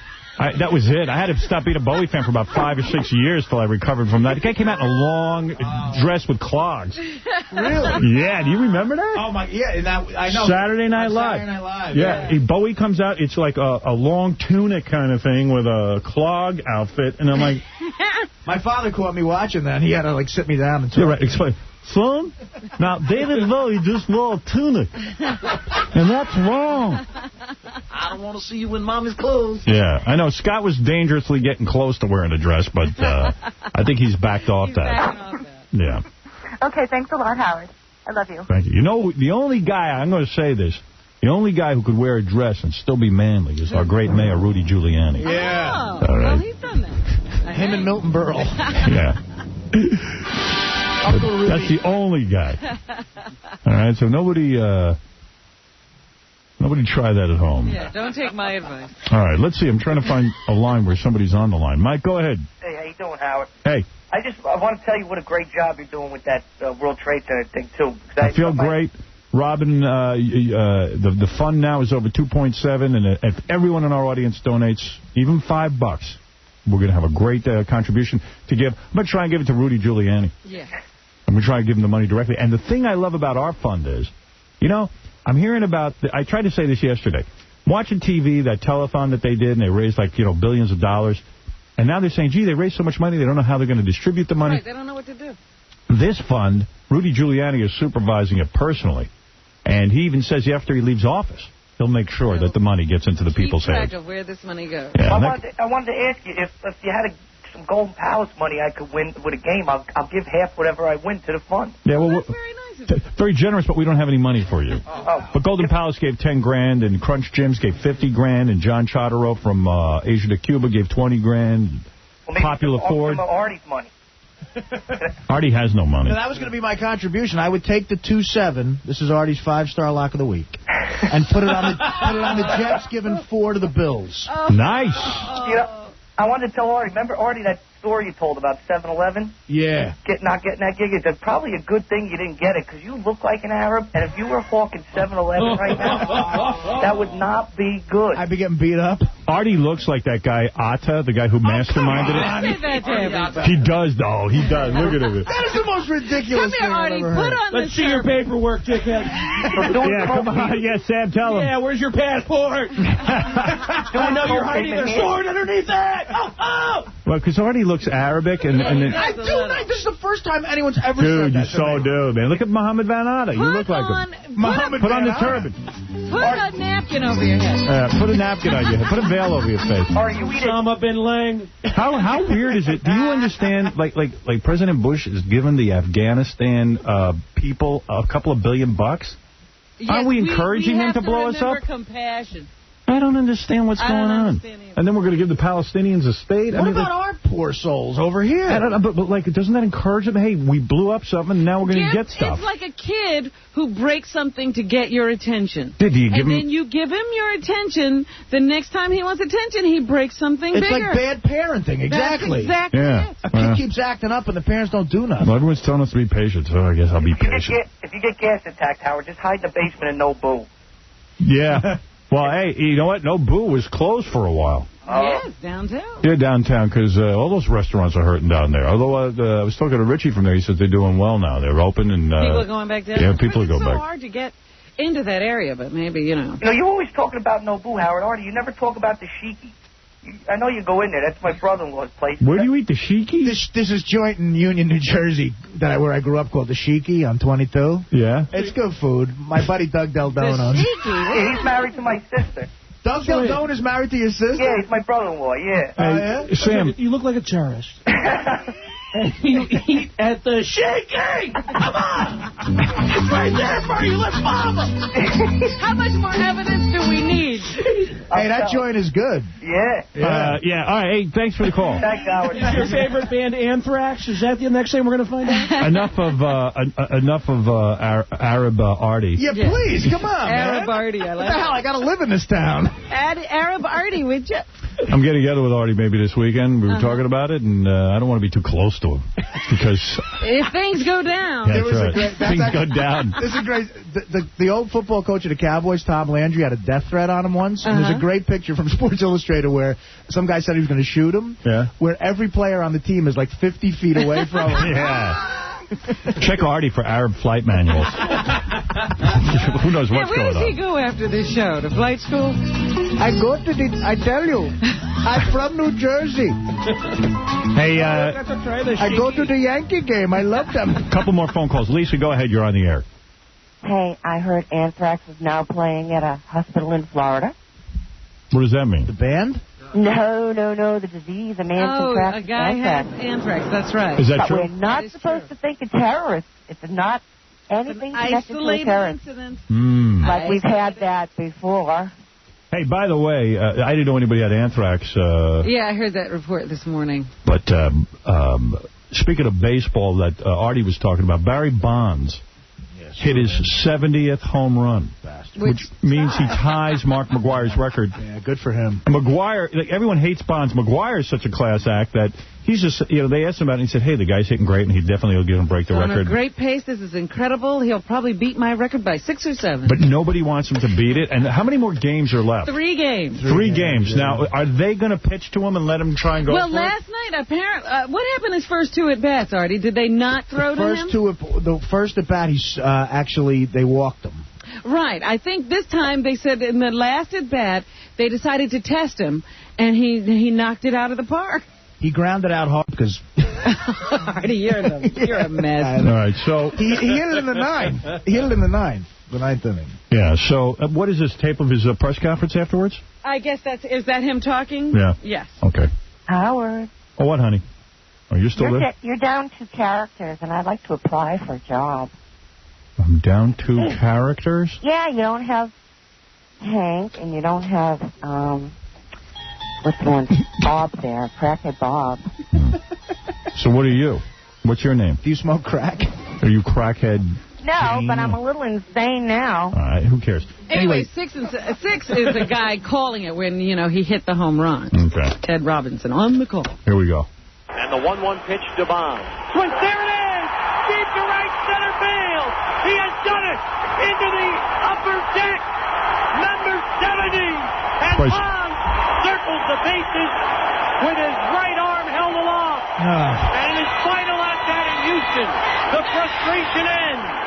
They finally pitch to him. And Bonds has hit 70, and he will be greeted at home plate by the entire Giant team. But the guy is pretty amazing. Like, they finally pitch to him, and he knocks the goddamn home run out. If he sees a pitch, he's going to hit it. It's unbelievable. That is amazing. I love how those guys scream, though. Here's another guy. This is the Fox guy. Fox 2. All right. Number 7. He screams, too? I guess so. I could never be a sports announcer. Very excited. I just can't get that excited for some other guy. If it was me who hit the home run, I'd get that excited. Fielders play to the right side of the infield. It's always, I am so not gracious. I couldn't scream for another guy's happiness. I don't want people to be happy. I want to be happy. There's a high Sam, you would have been a great sports announcer. Yeah, I could have done soccer games. Go! Go! Go! Center field. And Bonds has hit number 70 into the upper deck. He has tied McGwire. Oh, my God, no! No! Because those guys always seem so, like, gay to me. They're elated. I mean, it's like, hey, dude, scream for yourself. It's not you. They should have Flamin' Queens at number 70. There it is. Look at his ass surrounding those bases. They should do that at golf matches. Maybe then I'd watch. Make it a little more Yeah, interesting. it sounds like something's going on. I mean, why can't you make noise at a golf or a tennis match? What's that Yeah, crap? because it's such a difficult sport. You can make noise at a baseball game. It's just as hard to hit a ball. Look at the pressure on this guy. People screaming, yelling, throwing things, whatever they do at the baseball park. He still delivers. Yeah, well, think about it. Golf, you got the ball on a tee and you hit it. Yeah, and nobody's even opposing you. They're not trying to keep you from hitting it. Baseball, guys hurling a ball at 90 miles an hour. And this is the shot. Tiger Woods is trying to make or break the championship. And we're going and... Oh! Oh! Oh! Oh, do it, Tiger! Oh! Oh! You can call Barry Bonds his mother. Dude, I don't even scream like that when I get laid. You know what I mean? So, hey, Dominic, you're on the air. Good morning, everyone. Tomorrow is my birthday, Howard. Oh, wow. And I would like to have the entire show sing happy birthday, so I will... All right. Anyway, I hung up on him. Here's Barry Bonds. Here's Barry Bonds. Cheers. Good Lord. Call when you got something important to say. Here's Barry Bonds. I think some of them got some cheap shots in on my rib cages. Some long years of frustration, I guess they kind of got it out on me. I just think we're a really good team, and we work very, very well together. It's just great. And I think home plate was really good, but then when the guys came from the bullpen, I think that really, really touched me even more. Oh, so they finally congratulated him. Yeah. He's saying some of them poked him in the ribs when they got him. They don't like him. His teammates hate him. My rib cages got hurt. Yeah, some of the guys. Some of the guys hurt my rib cages. Actually, did you see his wife, though, in the stands? Is she hot? Oh, she's got the biggest breasts. Yeah. Really? And she's a PUO. What's that? A person of unidentified origin? She's absolutely a PUO, though. I have no idea. She's not black, but she's not Puerto Rican. She's something, but it ain't black, it ain't white. What does she wear to the games? She wears like this tight little short sleeve shirt, and her PUO breasts are PUO perfect. Really? Absolutely. And they constantly go to her. They go to her, and the camera's like right up from a bottom angle. Yeah. And you just see her breasts and her little Bond's kids. How does a guy who like such a dick to human beings, how's he in a marriage? What are you talking about? Barry Bonds. You don't think that he's got a great marriage? No, I guess it's a real bad marriage. She does look kind of scared. Got to clap and look happy on camera. Yeah, like is she one of those people who doesn't want him to hit it either? I love this father. She's rooting against him. Come on, baby. Bobby Bonds, his old man, was a great guy. Was he? Yeah, great. So what happened there? I don't know, man. Probably too much coddling. That's what happened. Hey, bring in John from Jump the Shark. This guy, he's something else. I hear he's pretty knowledgeable about Cuckoo, Mrs. Robinson. But it is a good song, but he didn't write it. So Where is he now? Where is he now? Yeah, Evan Dando. He's, I think he's over at Puppetry for the Penis. He's sitting in line waiting to get... He's auditioning. He's waiting for tickets. Get excited about that. Evan Dando is not a big star, and you're going crazy. He's eating cat food because he's a loser. John from Jump the Shark is here, boys. Give him a chance to say hello onto the microphone. Good morning, everyone. John, so Friends, it Jumped the Shark?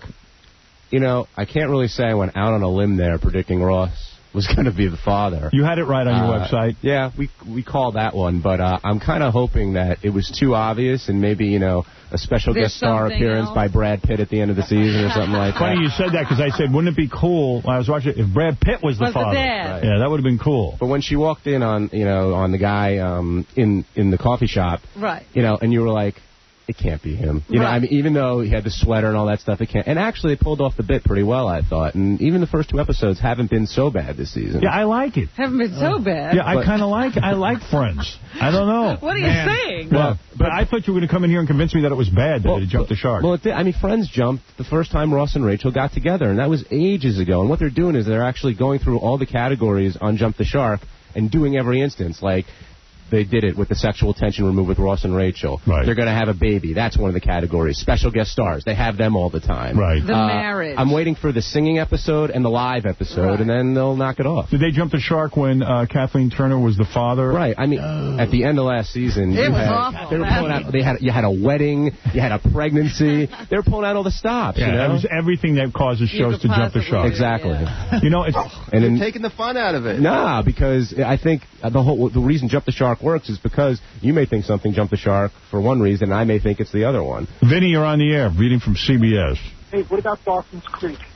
What about Dawson's Creek? Oh, that jumped the shark because I'll tell you when it jumped the shark. When it started. Yeah, no, it was good the first season, and then this isn't a specific character.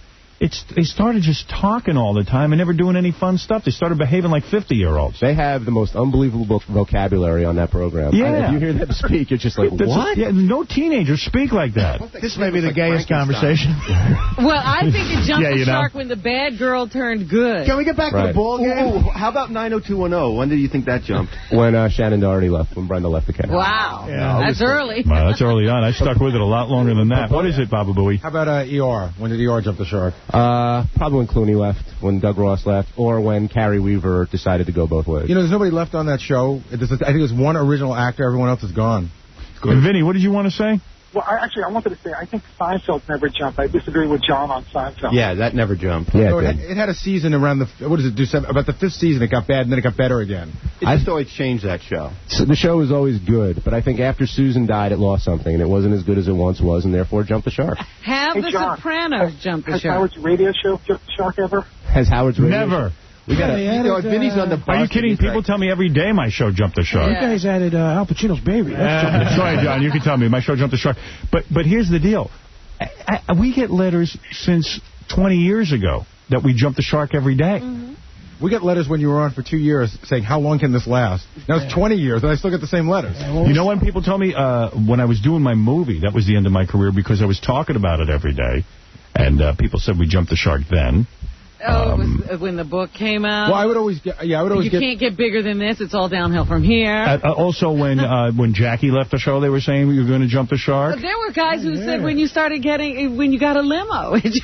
When you got separated. When I got separated, that was the end of the show because I couldn't talk about Allison and the kids anymore. Started dating a good-looking woman. Back as early as NBC, they were saying, Howard's in a limo now. He's not one of us. That was the other thing. Yeah, when I got the limo at NBC, they said that I jumped the shark. You're like Seinfeld. You're constantly evolving. Well, the big vote getter on the site is Crazy Cabbie. Crazy Cabbie caused us to jump the shark. I actually paid attention to that and threw him the hell off. You don't hear Cabbie anymore, do you? Yeah, where do you see Cabbie? The show jumped back. No, I still have Cabbie on, though. I like it. And you know what? Everybody said Cabbie was great during the World Trade Center crisis. He was good. He was. So, I mean, you know, some days he's... count a guy out. Cabbie's really good on the show if you haven't heard him for 3 weeks. Yeah. When Cabbie starts coming in every day, I think he comes in because he must have to get paid from the station. I don't know what it is, but he started stopping by. It's the same in real life. He's like good in small doses. Like I'm sitting here now. Look who's talking. Yeah. Like you guys, some people say we jumped the shark from Ralph. Thank you, Ralph. And as a matter of fact, and as a matter of fact, like with Cabbie, now we're talking, I'm like, I wonder what Cabbie's up to. Right. Like now I'm kind of, yeah. But see, what happened was Cabbie, you'd wonder, and he'd stop by on Monday, then he'd stop by on Tuesday, Wednesday, Thursday, Friday, and the whole next week, and then you wouldn't wonder anymore. But a lot of people said to me, you definitely jump in the shark when you get the divorce. Mm-hmm. And then some people called me and said, you're not jumping the shark. You reinvented yourself. I said, you're kidding me. I went through a divorce. That you had jumped the shark, and now you've reinvented. I was psyched when you got a divorce. You know what I got? Great. As a fan, I was like, yes! See, when you got the divorce, it actually, when I was just reading the mail and taking phone calls, it went over pretty well, because I didn't realize how many people in this country are divorced with kids. But then when you got a really pretty girlfriend, I started getting a lot of weird comments like, oh, Howard's now become what he used to make fun of. Yeah, and you know what? Who cares? Look at his girlfriend. Yeah. When did he ever make fun of Kiss my ass, baby. Kiss my ass, you bitches! I'm still here! Oh! When did he ever make fun of people with hot girlfriends? I don't know that. Please. Oh, everyone. All the time. I used to say, hey, you know what? Look at these guys. He leaves his wife and the hot chick and all that. 15 years younger. Yeah, I'm a total phony. I mean, how could you, of course we jumped the shark. You lied to me. Yeah, what can I do, man? But it's life. What are you going to do? You got to live it. I have a publicist that I deal with all the time. She lives in your neighborhood. Right. She sees you out with your girlfriend all the time. Whenever we talk, she goes, you know what? It's just not right. It's just not right. Yeah, for her. It just comes around. What does she care? Yeah, because she's such a fan of the show that it just doesn't fit for her. You know because I mean? And I'm going to tell you something, a lot of chicks they can't deal with it. They think they should be like, they kind of put their own lives in there. Well, it's almost like looking into the crystal ball. Yeah, right. Because they know their husbands are out the door. They know they're going to get dumped. That's soon. Well, I was dumped. You're stemming the tide. You're part of that wave that's washing over them, huh? Yeah. But they get nervous. But she's not even mad at you. But that's what I'm saying. Like, if you could hold the line, maybe their husbands wouldn't go. And some guys, left. Yeah. A lot of women thought that if I stayed married, their husbands would. And so we even had a rash of husbands leaving wives. Right. Look at Dominic. Howard, there were guys that were staying with their wives because you wrote it in a book. I know. Don't ever leave. And then when you opened up the gates, the floodgates. You're like every other preacher I've ever met. Exactly. See, I'm like Jerry Falwell or what is that other guy, the idiot with the porno magazine? Oh, Jimmy Swaggart. Jimmy Swaggart, I'm like. Dominic, you're on the air. Dominic, hello? Who do you think's next around here? For the big D. Dominic, the big divorce? Yeah, who do you think's next around? Well, when Jackie was with the show, I always thought he was next. I used to always say that. Well, he's not with the show anymore, so who's next now? Because you don't think any of these marriages are going to last. Well, I always thought, Fred led me to believe he was getting a divorce. It was close. Fred almost beat you up. Has anybody seen her? Maybe he chopped her. I saw her the other day. I hadn't seen her in ages, but Fred just has also got more quiet on that subject in general. But they seem to be pretty close. No, they're very happy. I think they went into marriage therapy and it worked. Yeah, it did. It did. It took. Now, They are very happy. Do you think that Dominic, seriously, all jokes aside, do you think Dominic would have ever gotten divorced if you hadn't? Absolutely not. You made it right. I am telling you, Dominic Barber got a divorce because I did. I really think that's true. And I will go to my grave saying it. I do too. Definitely. That's when his marriage jumped the shark. Jump the sharks, the Mako State. How about when marriages jump the shark? That's a good one. I'll tell you when Baba Booey's jumped the shark. Oh, his jump? Wedding night. No, first child. First child that jumped, huh? I don't know if you call it jumping the shark, but there certainly was a transitional period. Yeah. Your marriage jumped the shark. Or when he went on the medication. Does that mean, what does Well, that was the same time you had the kid. Same time. But what does that mean when a marriage jumps the shark? When you start, I'll tell you what it means. It's not necessarily worse. It's just different than it was in the beginning. No. It's all downhill. What it means when a marriage jumps the shark, the first time when you get really the famous. guy starts to think about other women. That's it? That's it. Oh, my. And, and getting out of the marriage. Even though it becomes a fantasy, it's not that you necessarily act on it, but somewhere in the back of your mind, you're like, oh, man, maybe if I like being single about it. When did that hit you? When did that hit me? When he was buying the engagement ring. You can remember that think. far back. Oh, man. I had a moment.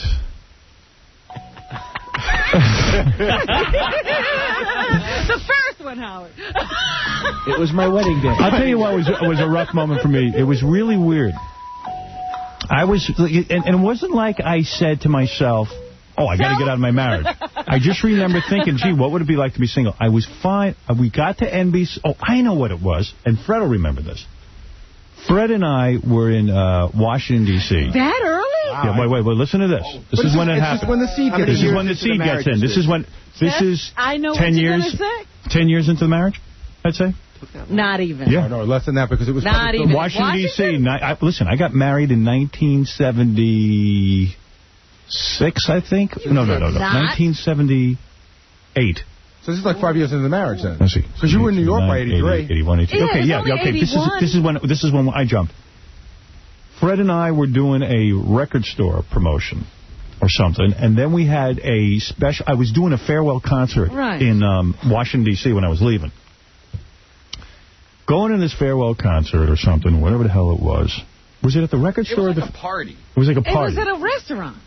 This girl named Siobhan. I still remember her name. Siobhan. You remember her? It's a pretty unusual name. So Yeah. That's why A girl in Washington, D.C. named Siobhan. He doesn't remember anything. I don't remember anything, and I still think, so this is how I got to know this is right. Oh, my God. I'm doing the show.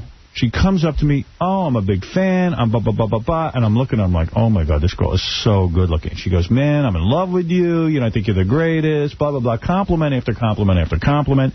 I can still remember to this day. She was really tan, had long blonde hair, and she had like a snake. Oh, my goodness. Look at this. This is etched. A snake bracelet on her arm. And she had a friend with her. And What was her name? I don't know her name. Don't know her name. Wasn't interested in the friend. Did my show. Happily married man. No problem. Right, you're moving on. Moving on. Think about starting a family, the whole thing. Good Lord, Howard. Fred and I were so out of it. We had this whole thing planned. We didn't have a way of getting home. Yeah. And in D.C., it's really hard to, call a cab and get into Virginia. I think the lawyers actually drove us there. But yeah, the lawyers drove us there. And then left you? And then left us. Like Vinny. So the girl and her friend said, hey, we'll give you a ride home. Now, who was this girl to you? She was just a fan? A fan. Who had come to this party, right? And we had to get to Virginia to my friend Steve Chaconis' house. Because we were staying there for a month. Because I was going off to NBC. That was the lost weekend. Yeah, that was the lost weekend where I smoked pot every night and consumed grapefruits. Right. Remember that? Oh, God. And what city is your wife in at this point? She's in New York. She's in New York. Right. Yeah, because she was getting ready and all that stuff. She had gone to get the house and everything. Yeah, she went to get a house. So, and I'm working to make some dough. They drive us to the house. The girl turns to me. She's wearing practically nothing, this girl. Okay? She says to me, what are you guys doing tonight? I said, oh, I'm staying at my friend's house. She goes, hey, can we come in and, hang with you guys? I said, I said, no. I said, I can't. But you thought about it. There was a hesitation. And there I jumped. That jumped the shark. Hesitation. It killed me that night. You put your head on the pillow and you could not go right now. I was having not to be able to have her in. And I was fantasizing that, oh, my God, she was with me. Now, It lasted for about a day. Did you have her that night? You know what I mean? In my dreams, yeah, absolutely did my number. In fact, I went in, I smoked a ton of weed, and just, and then, of course, How long did it about take to get it out of your head? like a day or two. And then, by the way, this is what I mean about marriage. You have to really think hard when marriage jumps short, because as far as I was concerned, I was the most happily married guy, and then had another, 15 years of marriage. Sure. And had kids and everything. You didn't even have a kid at that point. Yeah, right. But, I mean, it wasn't like I was like, oh, man, now I got to get on my marriage. I was just like, hey, that was the first time that I'd ever gotten tempted. But you were tempted within the next 15 years by women that came on the show. I mean, that thought... Oh, yeah. Then, it happened over and over again after that. Yeah. Although I could even think of an earlier time that I might have jumped the shark. There was a bridesmaid at the wedding. I could even think of an earlier time. Hartford, Connecticut. I'm a disc jockey. Oh, my God. That's before I knew you. Now, this is a jump the shark. You weren't even married then. No, I was just newly married. Dumped the marriage. I was newly married. Oh, my God. I'd only been married about a year. And I remember, I was on the air in Hartford, and remember there was a secretary who worked there, Fred, named Carol. I'm not sure if that's her name. A blonde, was that her name? Was she blonde or like a redhead? No, blonde. You're remembering a different tall secretary, chick. Fred. I think it was Carol. Yeah, Right. A little bit hefty. Maybe. I used to have to cut commercials all the time. And I'm sitting there in this production studio cutting commercials, minding my own BI business. And I'm working like a 16-hour day, cutting these stupid commercials and editing and all that. I needed a female voice, and she came in, and she was very friendly to me. And we started to, talk and all this kind of stuff. And I sort of got the inkling that she might be interested in me. So you started thinking about it. And I did think about it. I went, and then, but I say, hey, I love my wife. I'm not going there. So right away you have to talk yourself into your marriage. Yeah. So I think Baba Booey jumped the shark. You think you lasted a lot longer than Baba Booey. He didn't jump until the first kid. Baba Booey jumped on the first kid for sure. But you think it could have happened before that? He won't be honest and tell us when he really jumped. Well, you know what? Here's the bottom line, man. I can't give you a particular incident, but I don't think there's a guy in the world. I mean... listen, if you're thinking this at your wedding, then you're completely out of your mind. Shouldn't be married. But at some point... Hey, I'll tell you what. Wait a second. I can go back earlier. If something happened at your wedding, you're a nut. Not at my wedding. Right before my wedding. But that's the bachelor party. You have thoughts before your wedding. You have thoughts after your wedding. But if the day of your wedding, at the altar... No, see, that's why you shouldn't even get married. Then, we're not talking if you're having those thoughts, you can't turn them on and off like a faucet. Everybody should do what they do, Ralph. You don't know anything, Ralph. But if you want me to be honest... Yeah. I can't tell you the exact date, but there's always a point when you're with somebody for... Dude, you were pleasuring yourself over the toilet the other night. And watching porno, sneaking... Look, you jumped the shark a long time ago. No, but I'm saying there's always a point where guys think about... See, it's not a... Robin, am I off on this? Women, as a general rule, don't fantasize about other men as much as men fantasize about other women when you're in a relationship. I just think that guys immediately think of themselves as someone else. Robin does all the time. I don't know what you're talking about. Robin's not an average woman. Hey, Dominic. And do you really believe that I got divorced because you did? Yes. Dominic, I swear on the life of my children, I will go to my grave with that belief. You would have stayed married. You're the only one who doesn't believe it. You would have stayed married. What about my first marriage, Edney? I don't know what happened with your first marriage, but I knew Irma. I knew you guys together, and wasn't even an inkling. 21-year marriage, no inkling. There were times I knew you were unhappy and stuff, but that's like in any marriage. Well, you know what? I've done 6,000 divorce cases after 32 years of being a lawyer, and there's one thing I'll absolutely agree with all of you about. What? There is a jumping in the shark in marriages, but it wasn't over you. But it does occur. But I'm saying, when I did it... It's not sexual. Gary's correct. When I did it, it made you a little crazy. And you went ahead and said, you know what, I'm doing it too. I know it. I remember the conversation we had, Dominic. You were going to try to hold on. You were saying Howard was making a mistake. Well, I guess... Oh, by the way, every guy who's... I remember when Wayne Siegel got his divorce. Right. Yeah. I was so mad at Wayne. You were. You know what? I was just like, Wayne, what are you doing? You got kids and a good-looking wife. You were mad at him. Sure. Because, hey, everyone's trying to keep it together. What do one guy breaks the ranks. Yeah. I can't tell you. Starts to crumble. I ain't going to mention people by name, but there are a couple of friends of mine who have called me and started, like, being belligerent, because I know they're unhappy. And they're, like, belligerent. They're trying to say you broke the code. Yeah, like, yeah, whoa. You know, I do have people tell me all the time how mad they are at Howard and how they do think that created my divorce. That is true. Yeah, and everyone believes it. And everyone. You say, yes, it did. You don't think falling in love with Leslie and getting engaged, that means anything? No, I think it means a lot, but I think that it gave you sort of the impetus to get out. You had one foot out of the door. It made it okay because your idol did it. Yeah. Right. My idol. Yeah, your idol. I'm your idol. Plus, look at how much you two have in common now. Yeah. You know what's a more important question? Here. When did your single life jump the shark? When did you say, I want to get married? What? I don't even remember back that far. He didn't get a chance to. I never had a single life. Dominic, stay on the line here, but John, you say you got divorced because I did? I sure did, Howard. How you doing? Hi, Robin. Hi, everybody. Hey, John. Hey, I just want to say that the day you said that you were getting separated, I sort of got sick to my stomach when you said it, because I knew I had to do the same thing. I was in the same boat, Howard. I'm not kidding you. I was 14 years, and I had a daughter with her and all, and I still love her. But I just knew I had to do it. As soon as you did it, I said, you know what? It must not be that hard. At all. Great. See what you did? All right. Well, I got to tell you, I'll tell you what. I think you will admit it? I'll admit that when you got divorced, it did have an effect on me. Okay. So, yeah, all right. Yeah. All right, now you're being honest. Yeah, actually it did. And it didn't. Dominic would have jumped the shark then, but Dominic can't jump. In reference to the World Trade Center. Yes. Before you hung up and made me call my psychiatrist, I would like to contribute $10,000 if you just sing happy birthday to me. Oh, you know what? Just contribute. It's always a stipulation. Happy birthday, Dominic. Now give us the 10,000. Yeah, just give us the 10 grand. It'll be a All nice. right, I'm giving 10,000 to the fund. You're the man. How old is Dominic? Dominic's 57. No, please, are you crazy? I'm 51 years old. He's 34. How old did he say? 50 what? 53. Yeah. He said 51 at first. He said 51 a moment ago. He's 55. 2 years off. He's 5,500 pounds.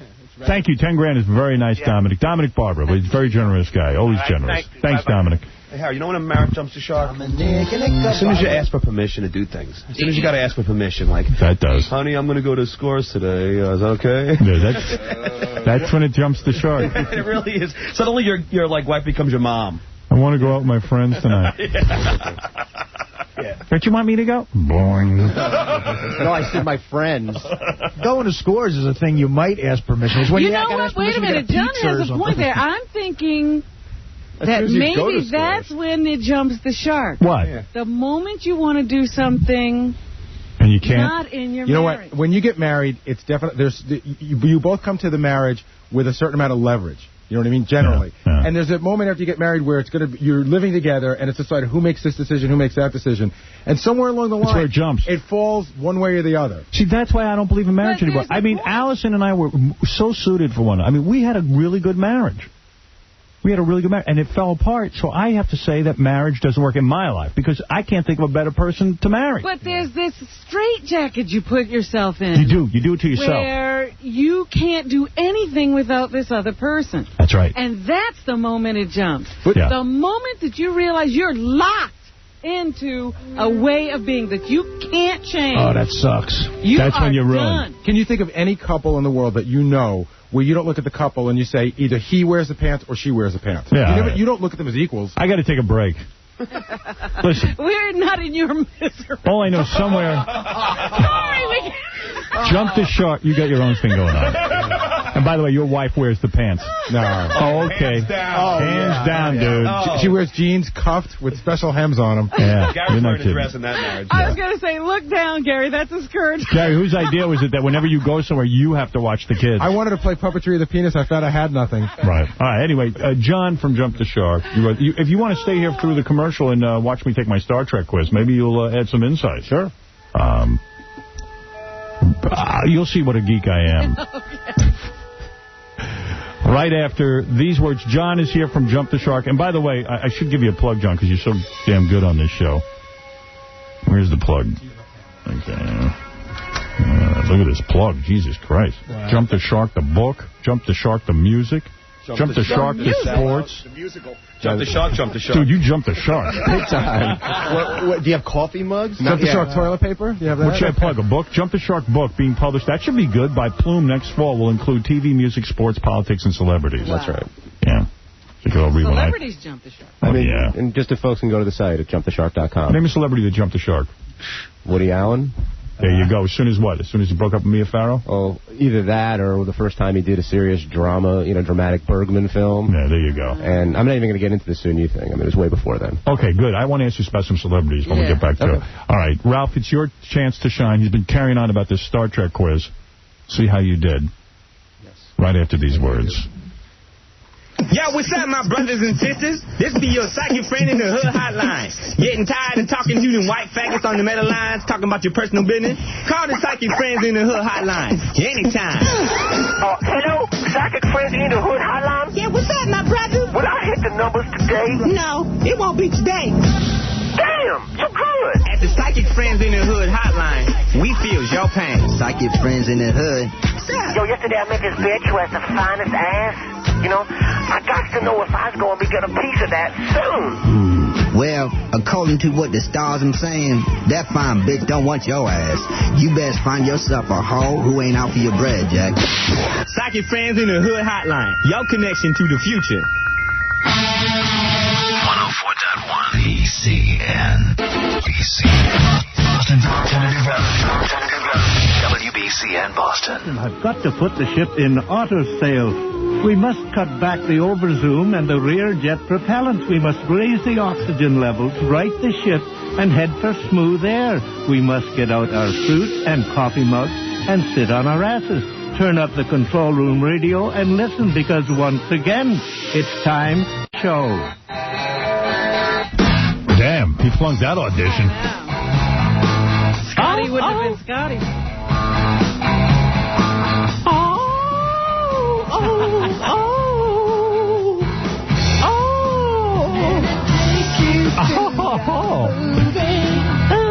Take you to the show. Let me get Artie, you spent a lot of time in your room. I was going to say, Artie, I'm beginning to figure out, was one of those kids who liked heavy metal and never saw a girl. I like Zeppelin. Do you know what? Let me hear you sing that. Do you know the words to that? That's Houses of the Holy. Let me hear you sing that. He can sing the whole album. Let me take you to the movie. Let me take you to the show. Let me... Yeah? A little shady there. All right. In the houses of the holy, we can watch your garden grow. When did Led Zeppelin jump the shark? When the drummer died? Bonham died. Yeah. They never did anything after that, really. Well, they released Coda after that, or a while ago. And In Through the Outdoor was a little bit, with All My Love and Carousel. Those are good tunes, man. Artie, take your shirt off and whip your hair around when you sing that. Like See, Clamp. I think it was when he went to the flowery, kind of blousy outfits. Didn't he always do that? Posing on stage. There we go. I'll be appearing on VH1 at that Paul McCartney tribute to the World Trade Center victims. Doing it? And I'll be playing with Zeppelin. I'll be doing the drums on Kashmir. Don't let the sun hit your face. Sun beat down upon your face. I'm going to need teleprompter. Where are the drums? You didn't show me you could do this. Get a drum kit in here. I'll show you. I can play this. Any idiot can play this. Oh, okay. It's a long song. Shut up. Are you singing back there? See, here I go. Sing it. Go ahead. Some days, foolish days, sit and wait. All will be repeated.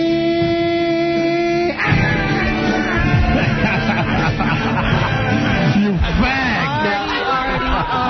Yeah. I don't know when Rachel got pregnant on Friends.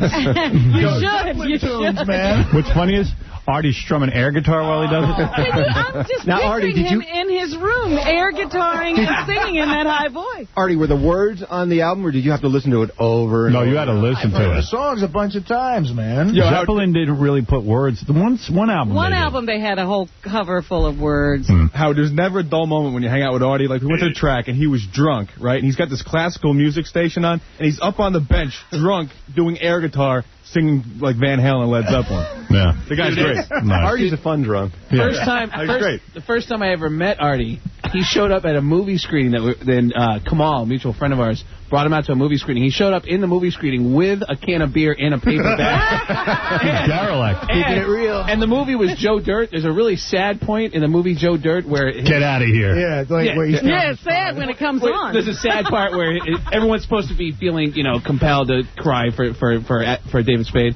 And everyone in the theater goes, "Aw!" And at that same time, Artie X starts going, and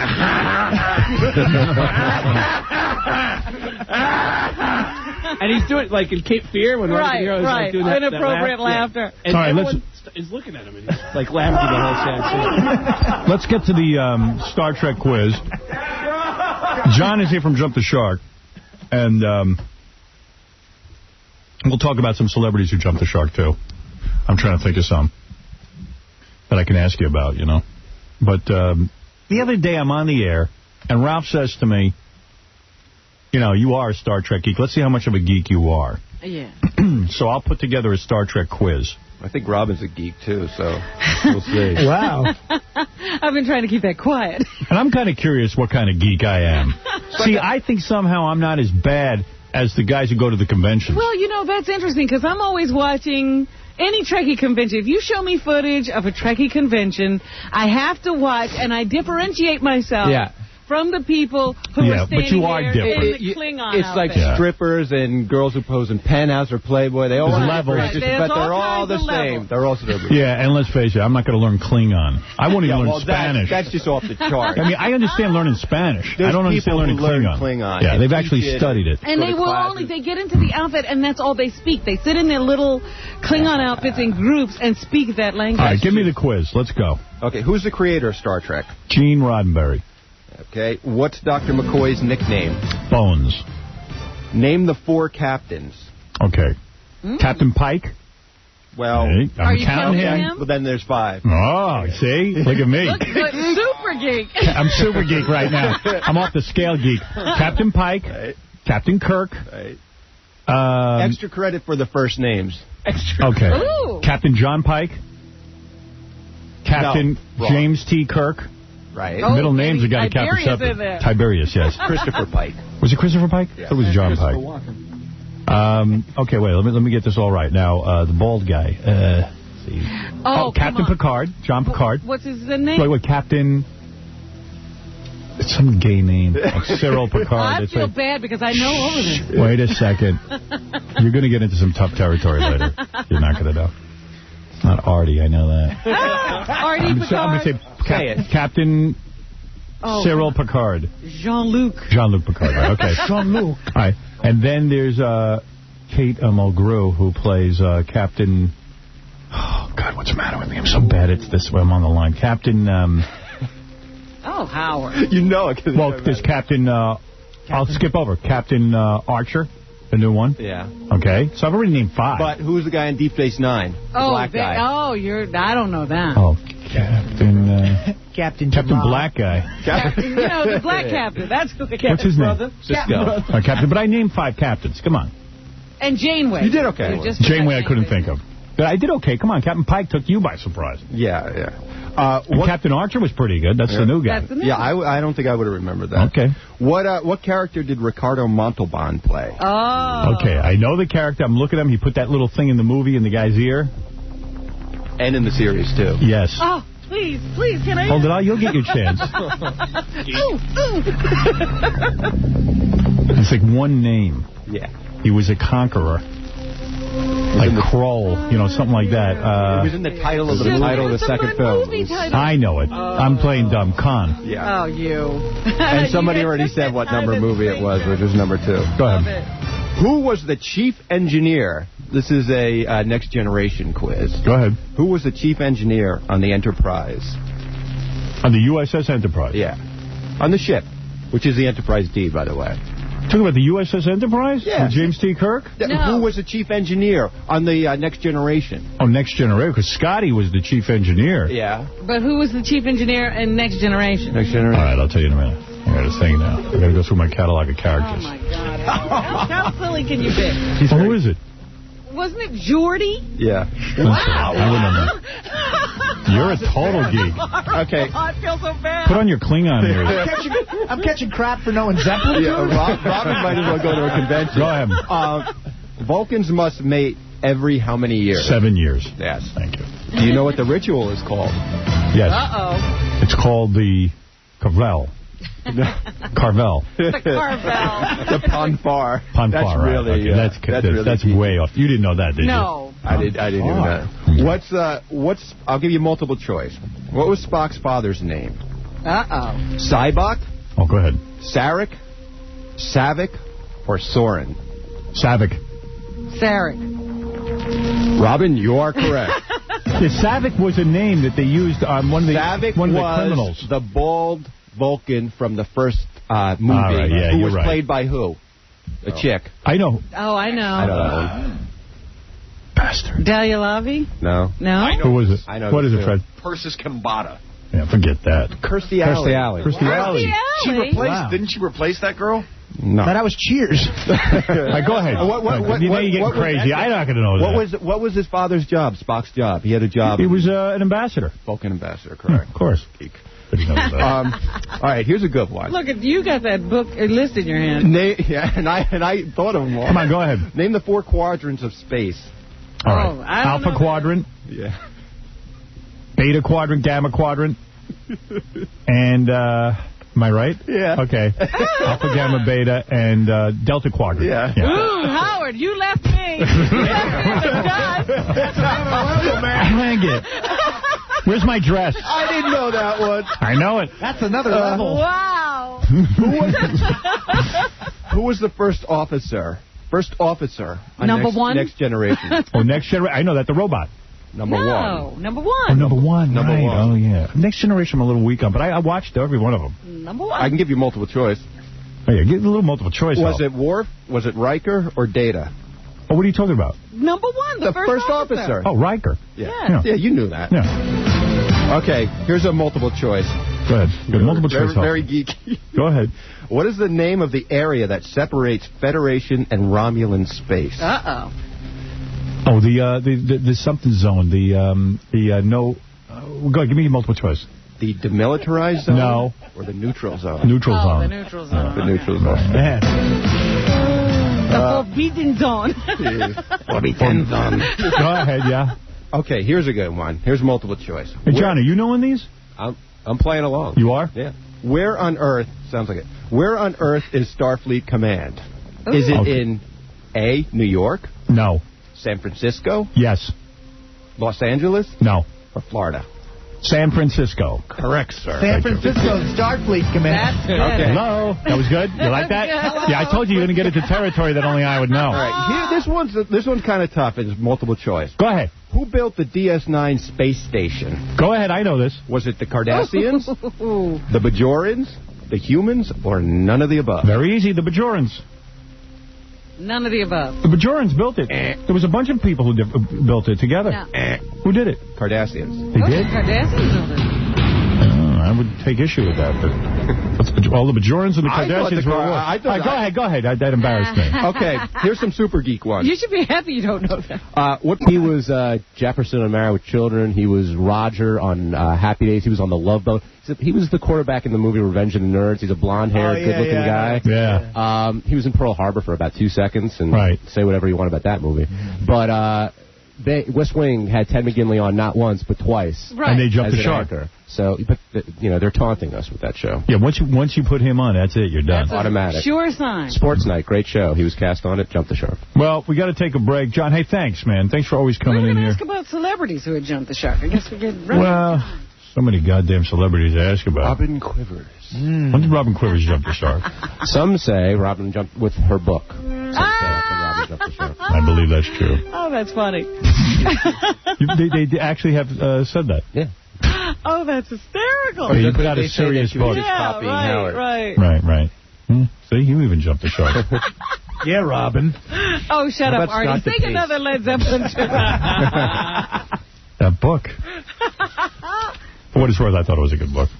I liked it. So you don't feel bad. Oh, I don't feel bad about it at all. I think that's funny. Jump the Shark Week on VH1 airing in November. The programming for the week is based on different Jump the Shark categories. Jump the Shark game show is being actually worked on with King World. That is true. Man. John's working on that. John's working on Jump the Shark book being published by Plume next fall. Be careful with that book, John. I know. Believe me, he'll be jumping. You know, not every one of these things is going to be that good. There's not enough quality control. Maybe you could squeeze a book out of it, but the rest of the stuff is... Jump the Shark, the music. Now, this is good. Partnered with Rolling Stone to create the music site, and it's going well. Yeah. And the site went up about 3 months ago, and different bands jumped the shark, and that's what VH1 picked up on, and that's a fun site to do. It's with music and TV, it's much more easy to do than like sports or celebrities or politics. But yeah, the music site's a lot of fun. Yeah, movies, you know, politics, sports, music. I mean, look at this guy. He's into everything. And he's got websites and businesses. I don't know if he's making any money. You making money, John? Some now. Are you? Still, it's not my full-time thing. But It's not? No. But You'd like it to be. It'd be great if I could get paid for watching TV, critiquing bad TV and bad music. I could think of worse things. Yeah. I'm trying to figure out When did Journey jump the shark? Oh. That Separate Ways video. Remember that? Yeah. Separate Ways. Was that the one where they dressed up in a castle? Oh, was that? No, that was when Steve Perry. Yeah. Is that the one where if you ever hurt me? And he's running through a castle and he looks like a fidget. And he's wearing like a prince's outfit and he's a princess. He's got a puppy shirt on and hair. One of the nights on VH1 they call it Guilty Pleasures, but I call it, bad videos and like, the Billy Squier Rock Me Tonight. Everybody remembers that. I love Billy Squier. Yeah, but you couldn't after you saw that. That video was... When he was rolling around on the bed? Shark, yeah, I didn't think it would end the guy's career, though. And he tears his shirt open in slow motion. See, people say that was the end of his career. I'm thinking, like, he just couldn't put out another good song. No, everybody was goofing on him. Because he was rolling around on a bed. It was just the gayest thing you ever saw. Yeah, he took his shirt off and was, like, rolling around. The Beavis and Butthead watching that Journey video was a great one. They look at it and they go, this guy should go to the doctor and say, I suck. Can you help me? I suck. What other bands? I'm telling you, throw any band. REO Speedwagon. When did they jump the shark? Day one. When they said, let's start a band. The first, I think... when they got together in the garage. The first cheesy ballad, the first, pussy rock ballad they did. That's another category on the site when hard rockin' bands do that. Right. That ballad. Do their ballad, yeah. Like November Rain, Guns N' Roses, something like that. I love that song. Do you think the Stones ever jumped the shark? Stones? The Waiting on a Friend video, but it's a great video because you laugh at it. Do you think Waiting on a Friend video jumped the shark? I think that's when the Stones... What did they do after that? I mean, how about when the Stones were running from that giant woman? I was going to say, the worst video... No, before that. Was a cool the video. Undercover of the Night video, when they're running around South America. See, that made them look bad. That was awful. Fruity. Yeah, Undercover of the Night. But they're the Stones. Like Duran, yeah, but they're the Stones, so you can't hold it against them. Did the Beatles ever jump the shark? I think the Beatles... Well... I think the Beatles jumped the shark with... When John died? Well, that was... you could say, when they cashed... Not when they cashed in, the whole anthology thing, when they released Free as a Bird and all those missing Beatles songs that you didn't hear, 20 years ago. But some folks say it was Yoko. Some folks say it was Magical Mystery Tour. And Phil Spector on Let It Be, that whole thing. They were all great albums. Wow. That's a tough one. Again, doesn't mean you got bad. It just means got you're not tons. You ask him anything. I'm telling you, Def Leppard. I mean, he'll have an opinion on it. That's an easy one. What is it? When the guy lost his arm. That's right. One-armed drummer. What the hell are you going to do with that? and they were huge when he came back. They had that Hysteria, I think. That album was. Should they have thrown him out of the group? No, he's still there. He's still there, but should they have? Oh. That you can't throw the one-armed drummer out. Yeah, but see, they still put out good music. They were still good. Yeah, they were good. But I think if you say they lost their edge. Yeah. Then they jumped the shark. They jumped the shark. If they lose their edge, yeah. Well, you remember when they first started, they had two drummers. They kept the one-armed drummer and they brought in another drummer. When did Zeppelin jump the shark? When Bonham died. That's it. Yeah, but bottom line. What about the Doors? When Morrison died. I think the Doors jumped the shark the day they got together. That's just my opinion. Yeah, that's just depressing music. Janis Joplin? It was a tough call when she died. I mean, we got a common theme going through here with Joplin. Yeah, right. Yeah, when Jim Morrison died. You got to worry not only about dying, but also that you've jumped the shark after death. Yeah, right. Well, that's like Hendrix. A lot of people think never jumped. But he's released more stuff after a lot of garbage. After he's dead, but he's that ain't his more fault. albums. That's his estate. It's his career. What about Dylan? When he got Religion. Yeah. Big time. Some people think when he went metal. Yeah. What about that? Man? How about Frank Sinatra? Did he ever? Oh, please. Absolutely. I'm trying to think which time, He's jumped the shark multiple times. Some of his movies.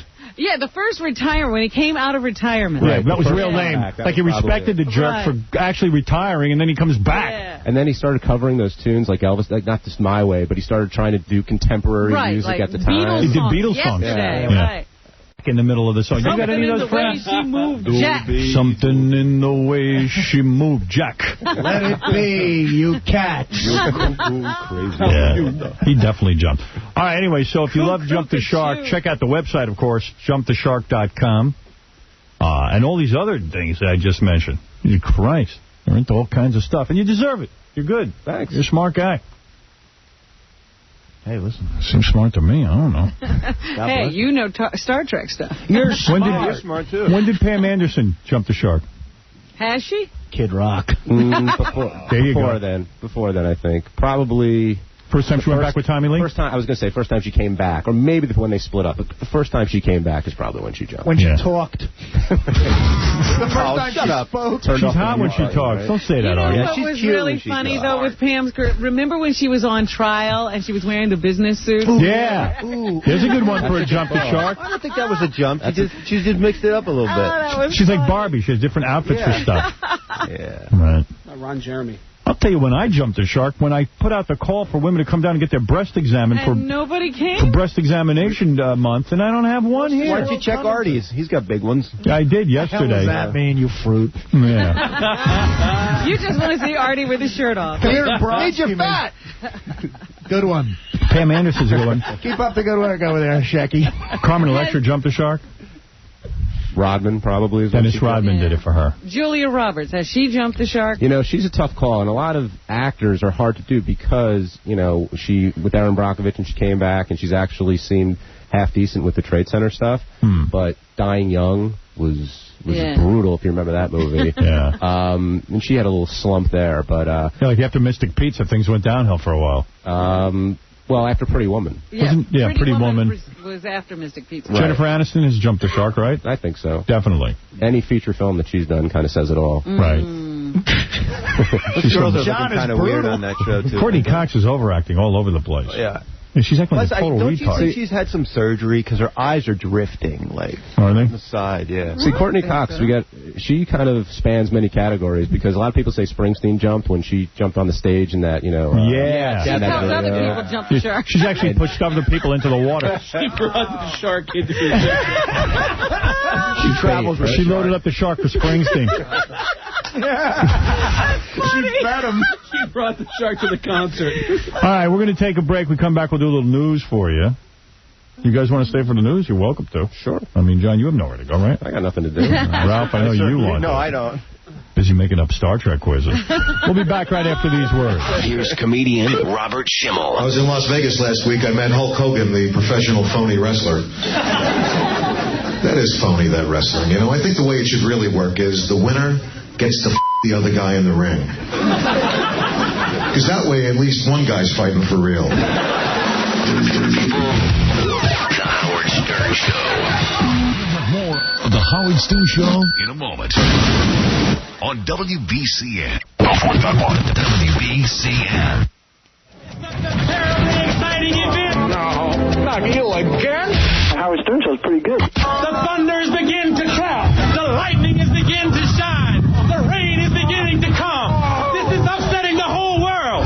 The Howard Stern Show. How is that? Hey, if you want to see John Hines' website, Jump the Shark, it's www.jumptheshark.com. John Hine, an expert on when anything goes bad. Self-proclaimed. Yeah, self-proclaimed expert. Right. You can check the milk in your refrigerator. I gotta catch up to you, John. When did Vinny Favale jump the shark? He jumped it when he ate the shark. Hey, Vin. Hey, how you doing?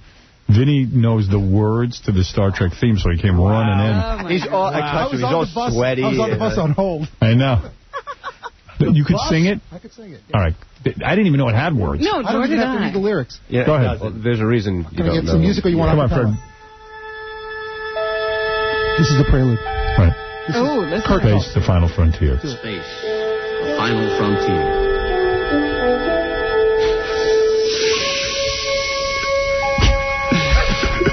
These are the voyages of the Starship Enterprise. Get ready, Vinny.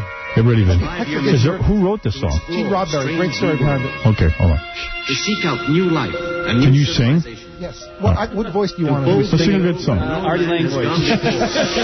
Beyond the rim of the starlight, my love is wandering in starflight. I know he'll find in star-clustered regions.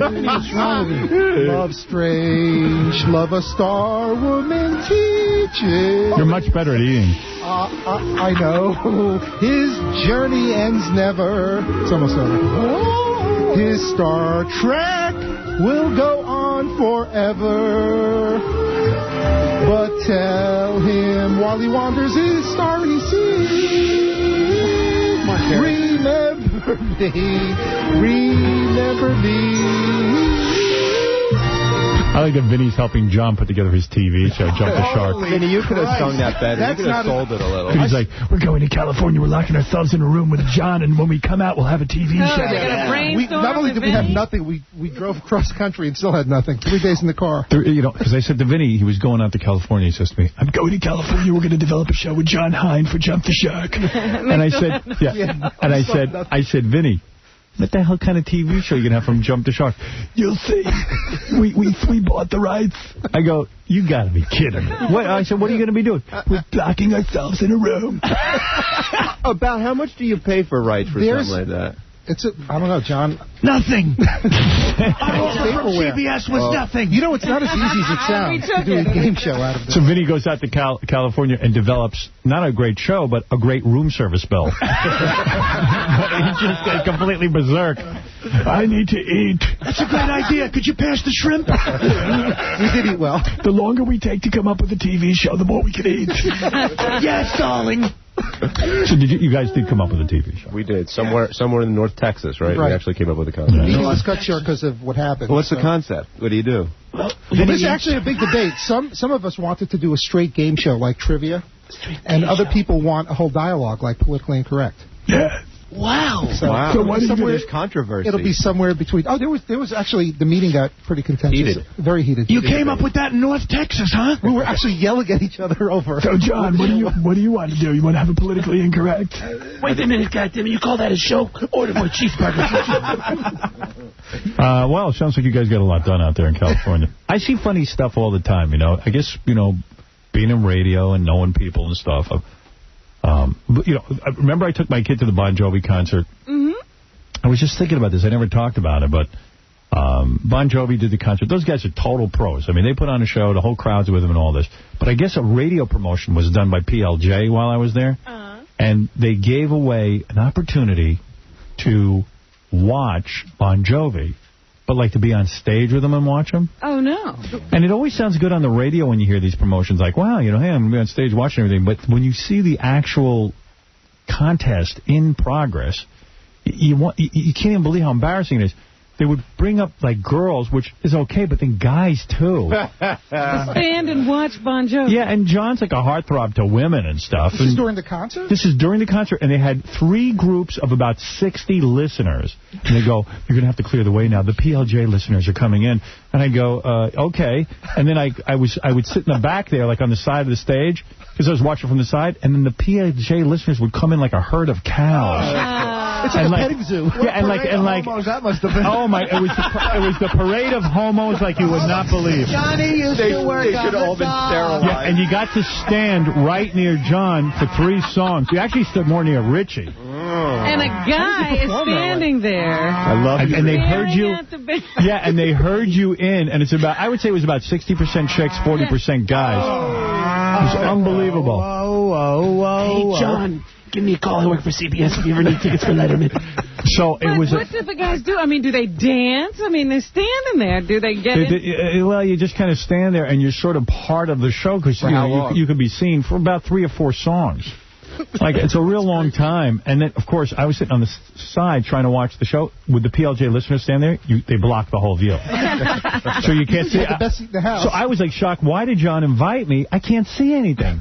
Because all I'm doing is staring at the PLJ listeners. I'm staring into the ass of some PLJ listener. Holding up a 22. Yeah, it was just really, really strange. And then they heard him out after 3 or 4 songs, and I go, okay, that wasn't so bad. In between songs, the next group comes in, and they heard him in, and it's like some young chicks, and then like some actually really good-looking chicks in belly shirts and little sexy outfits because they want to entice the band to have sex with them, I guess. Wow. And then there's guys. There's like 40%. And how are they dressed? What is with those guys? They're douchebags. Yeah, that's what it like douchebags. How old?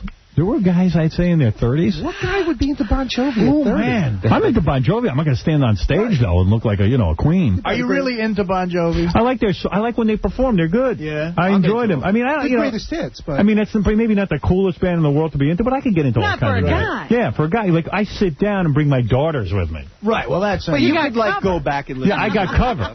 But I go back. I like John. I like that whole thing. Great. They're Bad great Medicine bands. and... Yeah, when you watch him do it, it's good. And John's got a good voice. But the thing is that you don't want to be some guy who calls 100 times on the phone to go see. Yeah, like you're the 100th caller. Hi. For the 100th caller, you're going to be going to Bon Jovi. I won. Thank you. What's your favorite radio station? PLJ.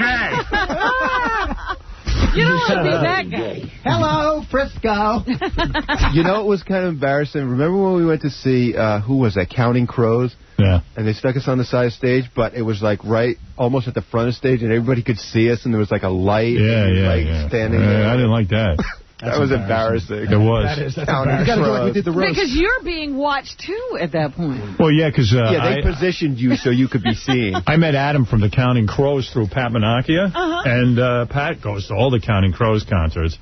And he says, come on, you got to go to a Counting Crows concert. I go, okay, Adam's a nice guy. I met him a couple of times. Seemed like a nice enough guy. I like that song, that he does, the good one. What's that good one? California? The Jones. And there's another one he had. Yeah, there was like one other one. The first one. One more. Yeah, round. Right. And the moment Courtney Cox was in the video. That's California. She was in another video? Yeah, she was in the Adam. He dated both of them. Well, Adam dated. Adam's a weird dude, man. I mean, like. He's working on roster. Like the guy and everything. I hung out with him, pretty quiet guy. But, like, his whole thing is he gets a girlfriend, loses him in 2 seconds. Yeah. And then friggin' writes a whole goddamn album about how heartbroken he is, like a big pussy. And I say to him, I go, but it does fuel the dude. And I never seen a guy who loses more girlfriends who's a rock star. Like, you're a rock star. And I said to Pat, I go, well, does he dump him? He goes, no, I think he loses them. Yeah. Like, how does a rock star lose a girlfriend so quick? But he had Courtney Cox, he had Jennifer Aniston, he lost them. Yep, he had Aniston? He banged Jennifer Aniston? He had Courtney first, then Jennifer. Wow. I think so. When she was hot. But he's one of those guys who doesn't talk about who he bangs. So like, he took a year off, too. He was tending bar for a year. No. Yeah. Here's his what? deal. So he comes over to my apartment with Pat one time with a model. Chick must have been 19, most gorgeous girl I ever saw in my life. Oh, my God. And he's like, totally in love. I said to Pat, when did he meet her? Yesterday. So I go, oh, great. He goes, so we go to the concert. Adam's dedicating every song to her and telling the audience he's in love. And I'm like, after one friggin' date? Oh, my goodness. Getting out there, he brings her out, he's introducing her to the crowd. In between songs, he's kissing her on the side of the goddamn stage. And no wonder these relationships he's rushing it. He wants to quick break it up so he can write a song. Yeah, right. Well, yeah. That's how he gets, that's his muse. I mean, And then he I don't know, then I heard the chick moved in with him and stuff. And then I heard they broke up, but the chick still lives there. Oh, she can't get her out of the house. No, she's got all the benefits. She didn't have to bang him. She's like a kid.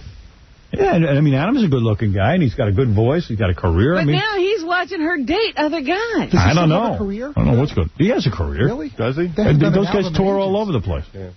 They did a Jump the Shark move. They released like a live album as their third album. Right. That's Jump the Shark? Way too early for a live album. Right, you got to have 10 albums. Yeah. The other knows that. Bon Jovi. Tell Peter Frampton that. Right. That was a fluke. Bon Jovi is an interesting category because he's like a musician who's tried to become an actor. Right, and that's plenty of jump the shark moments right there. You know he's going to be on Ally McBeal? Yeah. He's a bad actor. Well, Is he? Yeah. I mean, what's he been What has good he at? done to judge him in, though? I never saw him in anything. He dies. U-boat 5, 7, whatever that was. He dies within 5 minutes of every movie. Every movie is that he dies. He does? Yeah. And he always wears like bad wigs because he doesn't want to cut his hair. He was not making a full commitment to whether he's a rock star or an actor, so he's just kind of putting a wig on. It looks weird, you know. In an interview, his kids only know him as a movie star. They're shocked that he's a singer. A movie star. That's what he said. What? He goes, my kids They're the only ones that know him as a movie star. He said it in an interview. I couldn't believe it. He goes, I took him to the concert. They couldn't believe I did that for a living. Oh, my goodness. What else has he been in? I know. He's been in a ton. He's been in a ton of independent films. My daddy's a movie star. Well, you're a moron. Your daddy's not a movie star, honey. He sings Bad Medicine. Daddy's a rock star, too. No. Daddy's a video star. I had a good time with the... I ain't going to badmouth the guy. I had a good time. I'll let you do it if you want to do it. But, well, I thought to myself, because I had just read that he was added to the cast of Ally McBeal, and then, of course, the World Trade Centers fell down. So it was almost like that news got gobbled up in the big tragedy. Well, he's so upset about the tragedy that he's going to go do a bunch of benefit concerts, and he asked them to delay his entrance into Ally McBeal. I know, but that's pretty nobody noble. was talking about the fact that he was joining the cast because he's gonna, it just got overshadowed. Who's that better for, him or the show? Who's what? Doing Ally McBeal. Is that better for John or for Ally McBeal? I think John's right. You jump the shark when you try to become an actor if you're a rock star. And Ally McBeal already jumped the shark. I think it hurts both entities. I think we're all hurt.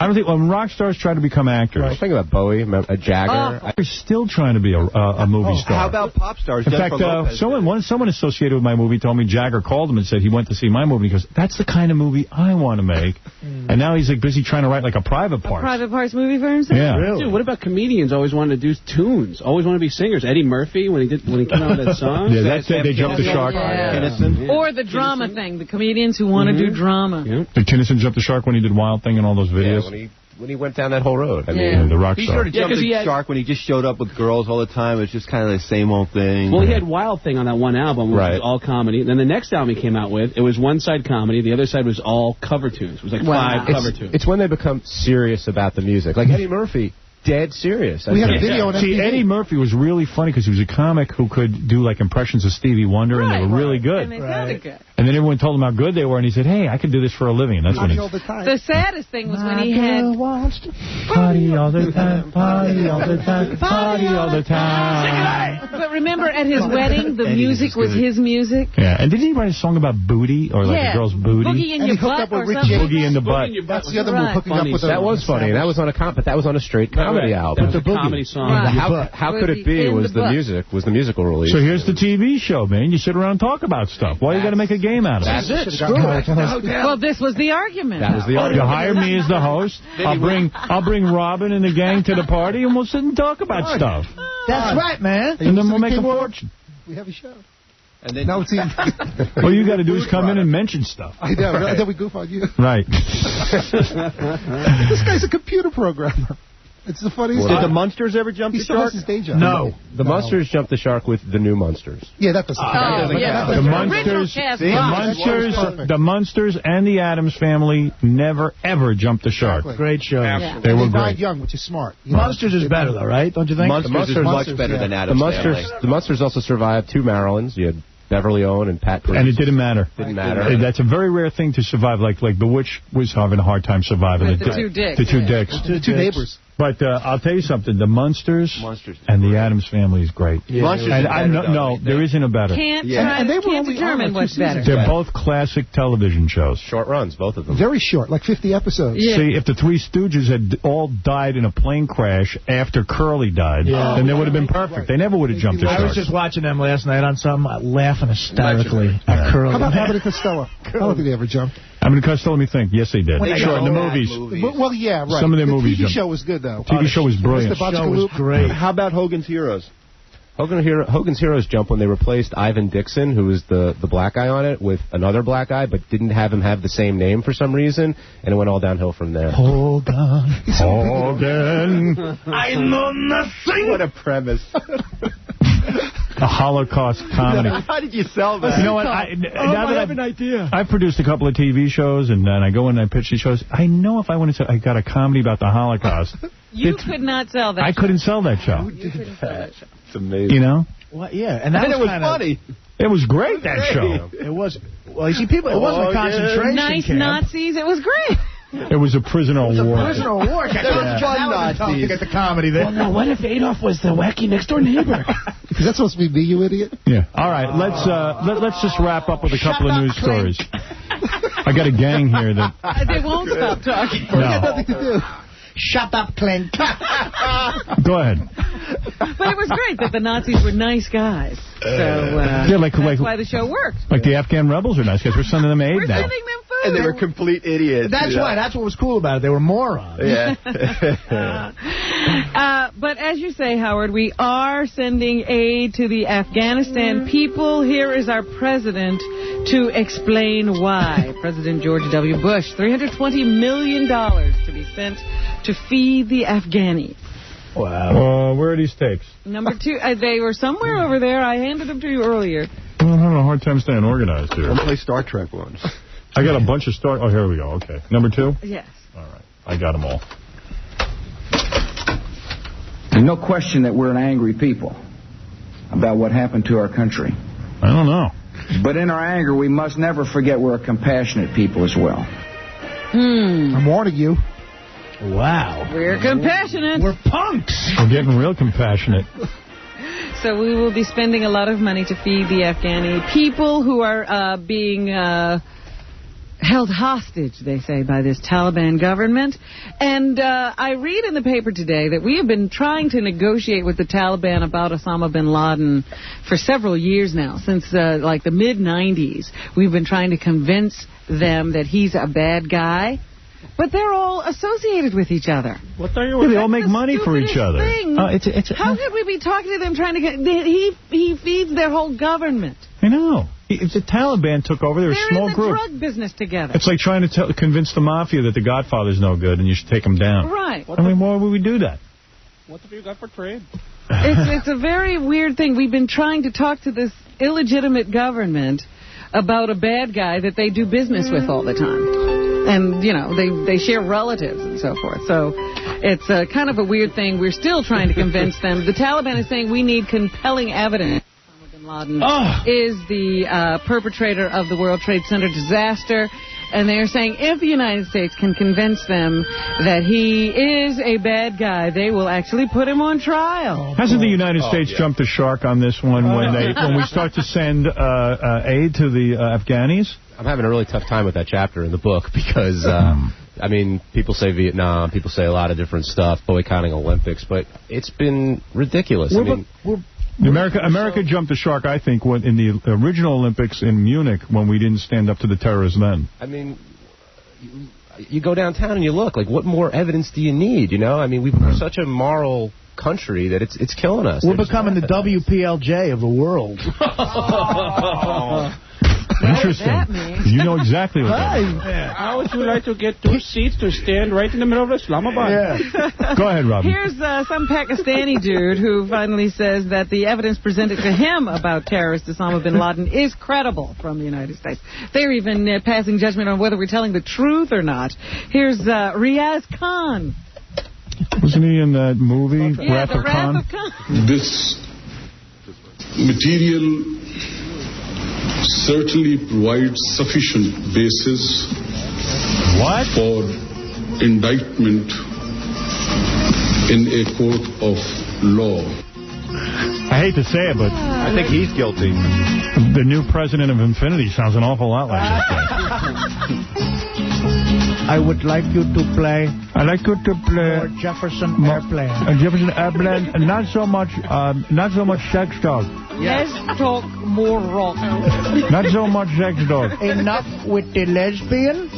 This I think we should do more billboards. Let me tell you, I've got some great bits for the show. I know a lot about radio. I have revolutionary plan. I know a lot about radio. Don't kid yourself. Yes, I've written some song I've been around a long time. You don't realize. Certainly provides sufficient basis. I think we should buy 3 more news stations. Yes. All right, go ahead. And we'll show them all together. We'll show, if we did all and then we can put everyone on them. All the talk shows. Cyperstein paints. I'd like to talk more about Cyperstein paints. I know so much about radio. If you take these commercials and you charge money for them, then we make the money. Yes. And then the more commercial you sell, the more money you see you how make. it works? Superstain, is it a It joke? works so good to charge the money for the commercial. Then you take the various personalities and you put them on the radio. Yes. And then you make commercials and you make money. What do you need to know? Until we get past security. Why am I always explaining this to you? Jesus. All right. How much more do you need? Do I have to spell it out for you? Well, we're trying to Money. convince the world that we've been wronged. We continue to have funeral after funeral here in New York. Today, the first police officer who lost his life in the World Trade Center will have a funeral. Yes. And the dispatchers who worked that day, who sent the firefighters into the World Trade Center, they are now having incredible difficulty dealing with the aftermath of their decision to send those firefighters to that building. And I guess they're pulling them together, trying to get them some counseling and having them talk to each other and voice their concerns. Here's one dispatcher, number 10, who says that she still can't get over. She's having terrible guilt about what she had to do that day. Number 10. I felt guilt when the building came down. I felt very bad because I told them to stay there. And I had no idea they weren't going to get help. Never in my wildest dreams did I think the building would fall. Never. Here's another dispatcher, fire department dispatcher, who says he feels guilty about sending firefighters into the building. Number 11. Especially, you send a couple of your good friends in there and everything else, but you also realize that it's their job. And you're never going to stop a fireman from going into a building no matter what. Well, if that touches you, let me give the numbers again because we can help the families. 877-280-9200 or 800-711-3050. We have to take a break. Come back, we'll wrap up the news and all of that right after these words. Defending the island of Manhattan. Nobody can threaten this country. We're too great a nation. This is a terrible moment to allow the evildoers to affect our soul and our spirit. This is The Howard Stern Show. The Howard Stern Show continues after these on WBCN. It's The Howard Stern Show. I know. Leave me alone. Oh, wait. Can I borrow $5? All right, Robin, let's wrap it up. It's midnight. All right. We've been worried about what the country's going to do about this whole crisis we're in right now, but I read in the paper yesterday Shirley MacLaine has the solution. Shirley MacLaine says we should all get into the chakra position, whatever that is, to produce a protective bubble around the country. And then while we're in that chakra position, we should send a lot of white light to the leaders of Afghanistan, and then everything will be fine. And we already have the answer. We're just going to send them tons of food and gifts and give them a Palestinian state, and they're going to love us. The chakra position. What's wrong with that broad and her brother? And a brother. Yeah, he's another one. Have you lost your mind? Thank you, Sam. Idiot! Dumbass! What are you going to do? What are you going to do? We talked about this earlier. There were some records broken in baseball yesterday. Barry Bonds tied the record set by Mark McGwire a couple of years ago. I have white light. It's inside an A-bomb. Send you a lot of white. Go to the light. All you'll see is white light. Walk into the light. Oh, welcome. Children. When she says don't look at it, then she says look at it. Isn't it beautiful? Oh, welcome. crossover. Shirley MacLaine. Anyway, Mark McGwire is no longer the sole owner of that title of most home runs hit in one season. He now shares that with Barry Bonds. He hit his 70th last night when a pitcher challenged him. Finally got a good ball, and he hit it out of the park. Ricky Henderson also broke a record yesterday. He broke the record set years ago by Ty Cobb for most runs batted in or something like that. Scored. I don't even know what these baseball things are. But anyway, here's Ricky Henderson. He says he's honored to have passed Ty Cobb's record.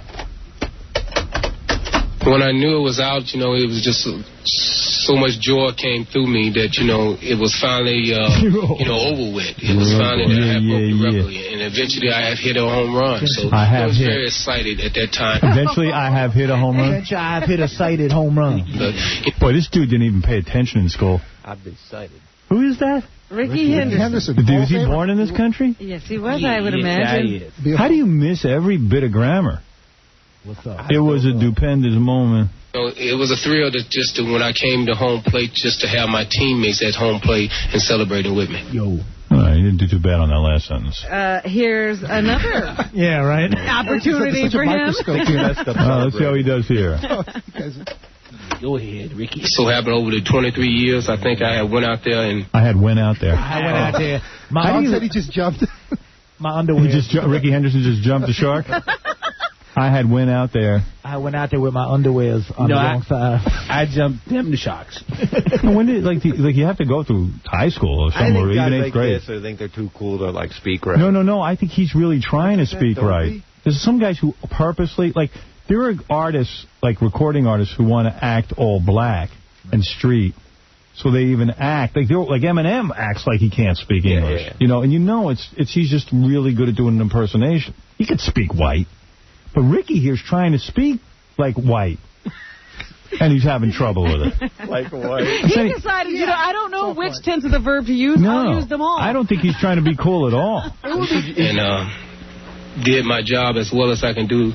And I did my job as well as I can do. As well as I could have done. Yeah. As well as I could do. Is it did or do? I'll use both. I mean, I get screwed up on grammar, too. Yeah, we all do. English is hard. It's hard, but, damn. Simple, this guy's struggling.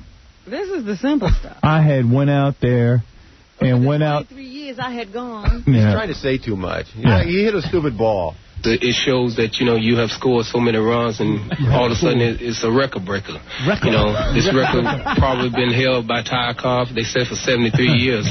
And it's just an honor. I'm proud. All right, he did good on the last sentence. Always the last sentence is pretty good. He's good when he wraps up. He should just never start. See, I'd love to talk black, but not like the cool way. If you're going to, I'd love to go hello there, Mr. Reporter. Why you be so kind as to tell me what Babe Ruth's record was I just broke? You want to go way back. Yeah, I mean, why not? You're going to talk black? Let's do it the right way. That's fun. All right, let Robin continue because it's very late. You often complained about your mother when she would make you clean up your room. It was your room. Why did she care? That's right. And you said she would beat you with a hanger. Yeah, she did. She beat me with a hanger. I deserved it. I had a T-shirt on the bed one day. Of course I deserved it. Well, maybe you won't feel so bad about your mother's form of discipline after hearing this. A woman has been found guilty of forcing her 5-year-old son to drink bleach for refusing to clean his room. That's not right. After a 2-day trial, they went into that little jury room and came out and said she was guilty. The boy was treated at a hospital in July of 1999 for fever and nausea. A week later, he was treated at another hospital for dehydration. The boy has now been placed in foster care. The woman made him drink only small sips of bleach and didn't intend to harm him, according to her. But his room is clean now. Fred's mom was tricked with the room. Didn't she rape you with a broom? Teeth are sparkling white. Yeah. One time. One time's all right. Anything else, Robin? Yes, it wasn't a good idea for Ernest Hemingway to have children, apparently. His son has now died in jail This was his youngest son, Gregory Hemingway, who was also known as Gloria Hemingway. Oh, no kidding. There's a picture. All those Hemingways. He died in jail? Yeah, he was arrested down in Miami, I think, for exposing himself in public. This was the third or fourth time something like that had happened, and he was in the women's section of the prison. And how did he die? They think it was natural causes. Menopause. How old a guy is this? He was 69. Oh, sexy. He looks like Maud. Oh, that must have been nice. You know, you always want to be a woman at around 50 to 60. Yeah, I don't even want to be a real woman at 50. I think it's the name glory hole. They said, in his autopsy report, they listed hypertension and disease as some of his other problems. Hemming both ways. Yeah, something like that. He died from prisoner penis. He had been arrested. They said, that he seemed to have gone through a sex change. They're not even sure if he went the whole way. He often dressed as a woman, and jail officials had classified him as a woman, and he died in the women's section of the prison. So. I always wonder, how a guy goes to prison and then gets women's clothing. I thought it's prison. I thought, you see these guys, they got better hairdo than most of the broads on the street. They're walking around and they got makeup, a nice the nails are done. I mean, how do you, doesn't the prison guard say to you, hey, dude, get on your goddamn men's clothing. It's prison. You shouldn't be having that much fun being if you did getting dressed up as a woman, make the guy shave his head and dress him up as a man. Yeah, that would be punishment. And even the guys who go to prison and they become prison bitches, they're not even into it. Doesn't the guard help you out a little bit and go, you know what? This guy shouldn't be in a dress. Like it's dangerous. Really? You know? I guess they have a lot more to do than we know. I don't understand the whole prison thing. Well, why don't you go undercover? No. I know. And find out. I don't want to. Kathy Lee had a good idea. She was going to open a children's center in Harlem. Yeah. So she went out and her foundation bought a building, and they were, about to, I guess, spiff the place up and announced they were opening this children's center. And then she realized it was right in the middle of an area known for prostitution. Oh, my God. That's where they were going to put their kids. She can't get a break. So, even one of the people in the real estate business heard about this Kathy Lee deal. It was like, who's going to put a children's center there? So finally Kathy Lee got happened there. They are not going through with that deal to buy that building now. So. Although, I tell you, though, Frank wants the address. Maybe it was his idea to put it there. I got it. I'll watch the kids. And unfortunately, I have bad news. Minnie Driver and Josh Brolin have announced that their engagement is off. Oh, stop it. She's engaged to everyone she does a movie with. I know. Kidding. She's crazy, bro. Yes, they have decided not to go through with the wedding, so... Yeah, that's too bad. Yeah, we're sorry to hear that. It's too bad, because she's getting to that age that she should get married. She better hurry. Yeah, right? she needs a husband real quick. Well, that's what's happening. Don't forget our fund, even over the weekend. Just call 877-280-9200 or 800-711-3050. And join every one of the other listeners who has donated already, even if it's as little as $5 to help out. Late night TV shows. Who's jumped the shark? Letterman? When did he jump? With Vinny sitting next to me, I got to answer this. You got to answer it. Come on. That's okay. Letterman jumped after the... after he came back from the operation. Right. What? And what about... when did he jump back, and when did he jump back? Letterman jumped when he moved to 11:30. You could jump back. You could jump back, right, John? It's very tough to do. Let's go back. He jumped the shark when he went to 11:30? Yes. I thought that would be it. Well, I put him on the site as two different shows, so if I had to combine his... Why did he jump the shark after the heart attack? Because he got all the sympathy, he had a good show, and it's just been downhill from there. He's been too nice ever since. Yeah. What about... Vinny's a CBS guy, and he works on that show. No, I just the best show. All right, let's get off CBS then. All right, NBC, Jay Leno, when did he jump the shark? Well, Tonight Show jumped when Jay hosted, I would say. As soon as he took over? Yeah. Okay. Wow. When he brought the motorcycle out. When did Oprah Winfrey jump the shark? I know she has, but when did she? When she started that whole Angel Network. That's a King World show, too. That'll do it. Oh, be quiet, Benny. Get out of here. See, when did Baba Booey jump the shark? When we heard about his exploits at the day in the toilet, I think might have been when. What about when he made that plea for the girl to go back with him? Oh, yeah, the tape, of course. See Baba Booey tomorrow at Spooky World. He might jump the shark right in front of you. Spooky World Horror Theme Park. I'll tell you when Baba Booey jumped the shark. When he turned to me one day and he goes, "You guys didn't know I wore caps." Or maybe it was the time he said, okay, Baba Booey, that's enough. It's not funny anymore. That's it for me. I got to go with that one. Yeah, Baba Booey, you guys will stay on that for a day. And I'll never forget. I go, guys, all right, the joke's over. See Gary tomorrow at Spooky World Horror Theme Park at Foxborough Stadium in Massachusetts from 8 to 10 p.m. Don't miss Stuttering John's comedy show featuring Jim Florentine and B.B. King's tonight, where all the profits are going to the Red Cross. Thank you, Ralph, for the Star Trek quiz. John Hines' website, jumptheshark.com, and read all about his various TV shows and books. Go ahead, quickly. I want to say hey to my friend Hunter, who's in the hospital. All right, Hunter. Hope he gets better. Hunter, hope you get better. Of course, that's coming from me, too. And sounds like Hunter's got a bad problem. Hunter's got a little problem. Hunter's our man. He's a good guy. We love Hunter. Hunter will be fine. Hunter will be fine once he gets rid of you. Better. I want to go back to a Playboy party. For real, Artie Lang, believe it or not, has a short film called Game Day. He wrote it, he stars in it, and it's at the Los Angeles Short Film Festival.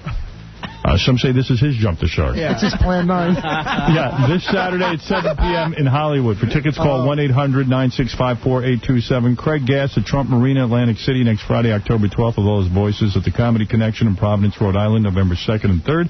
And at the Improv in Dallas, Texas, Thanksgiving weekend. And IHateComedians.com is his websites. We'll see you next week. And don't forget, it's FME week, where we never jump the shark. FMEs are always spectacular, always up to date, always big extravaganzas. You're doing it this year.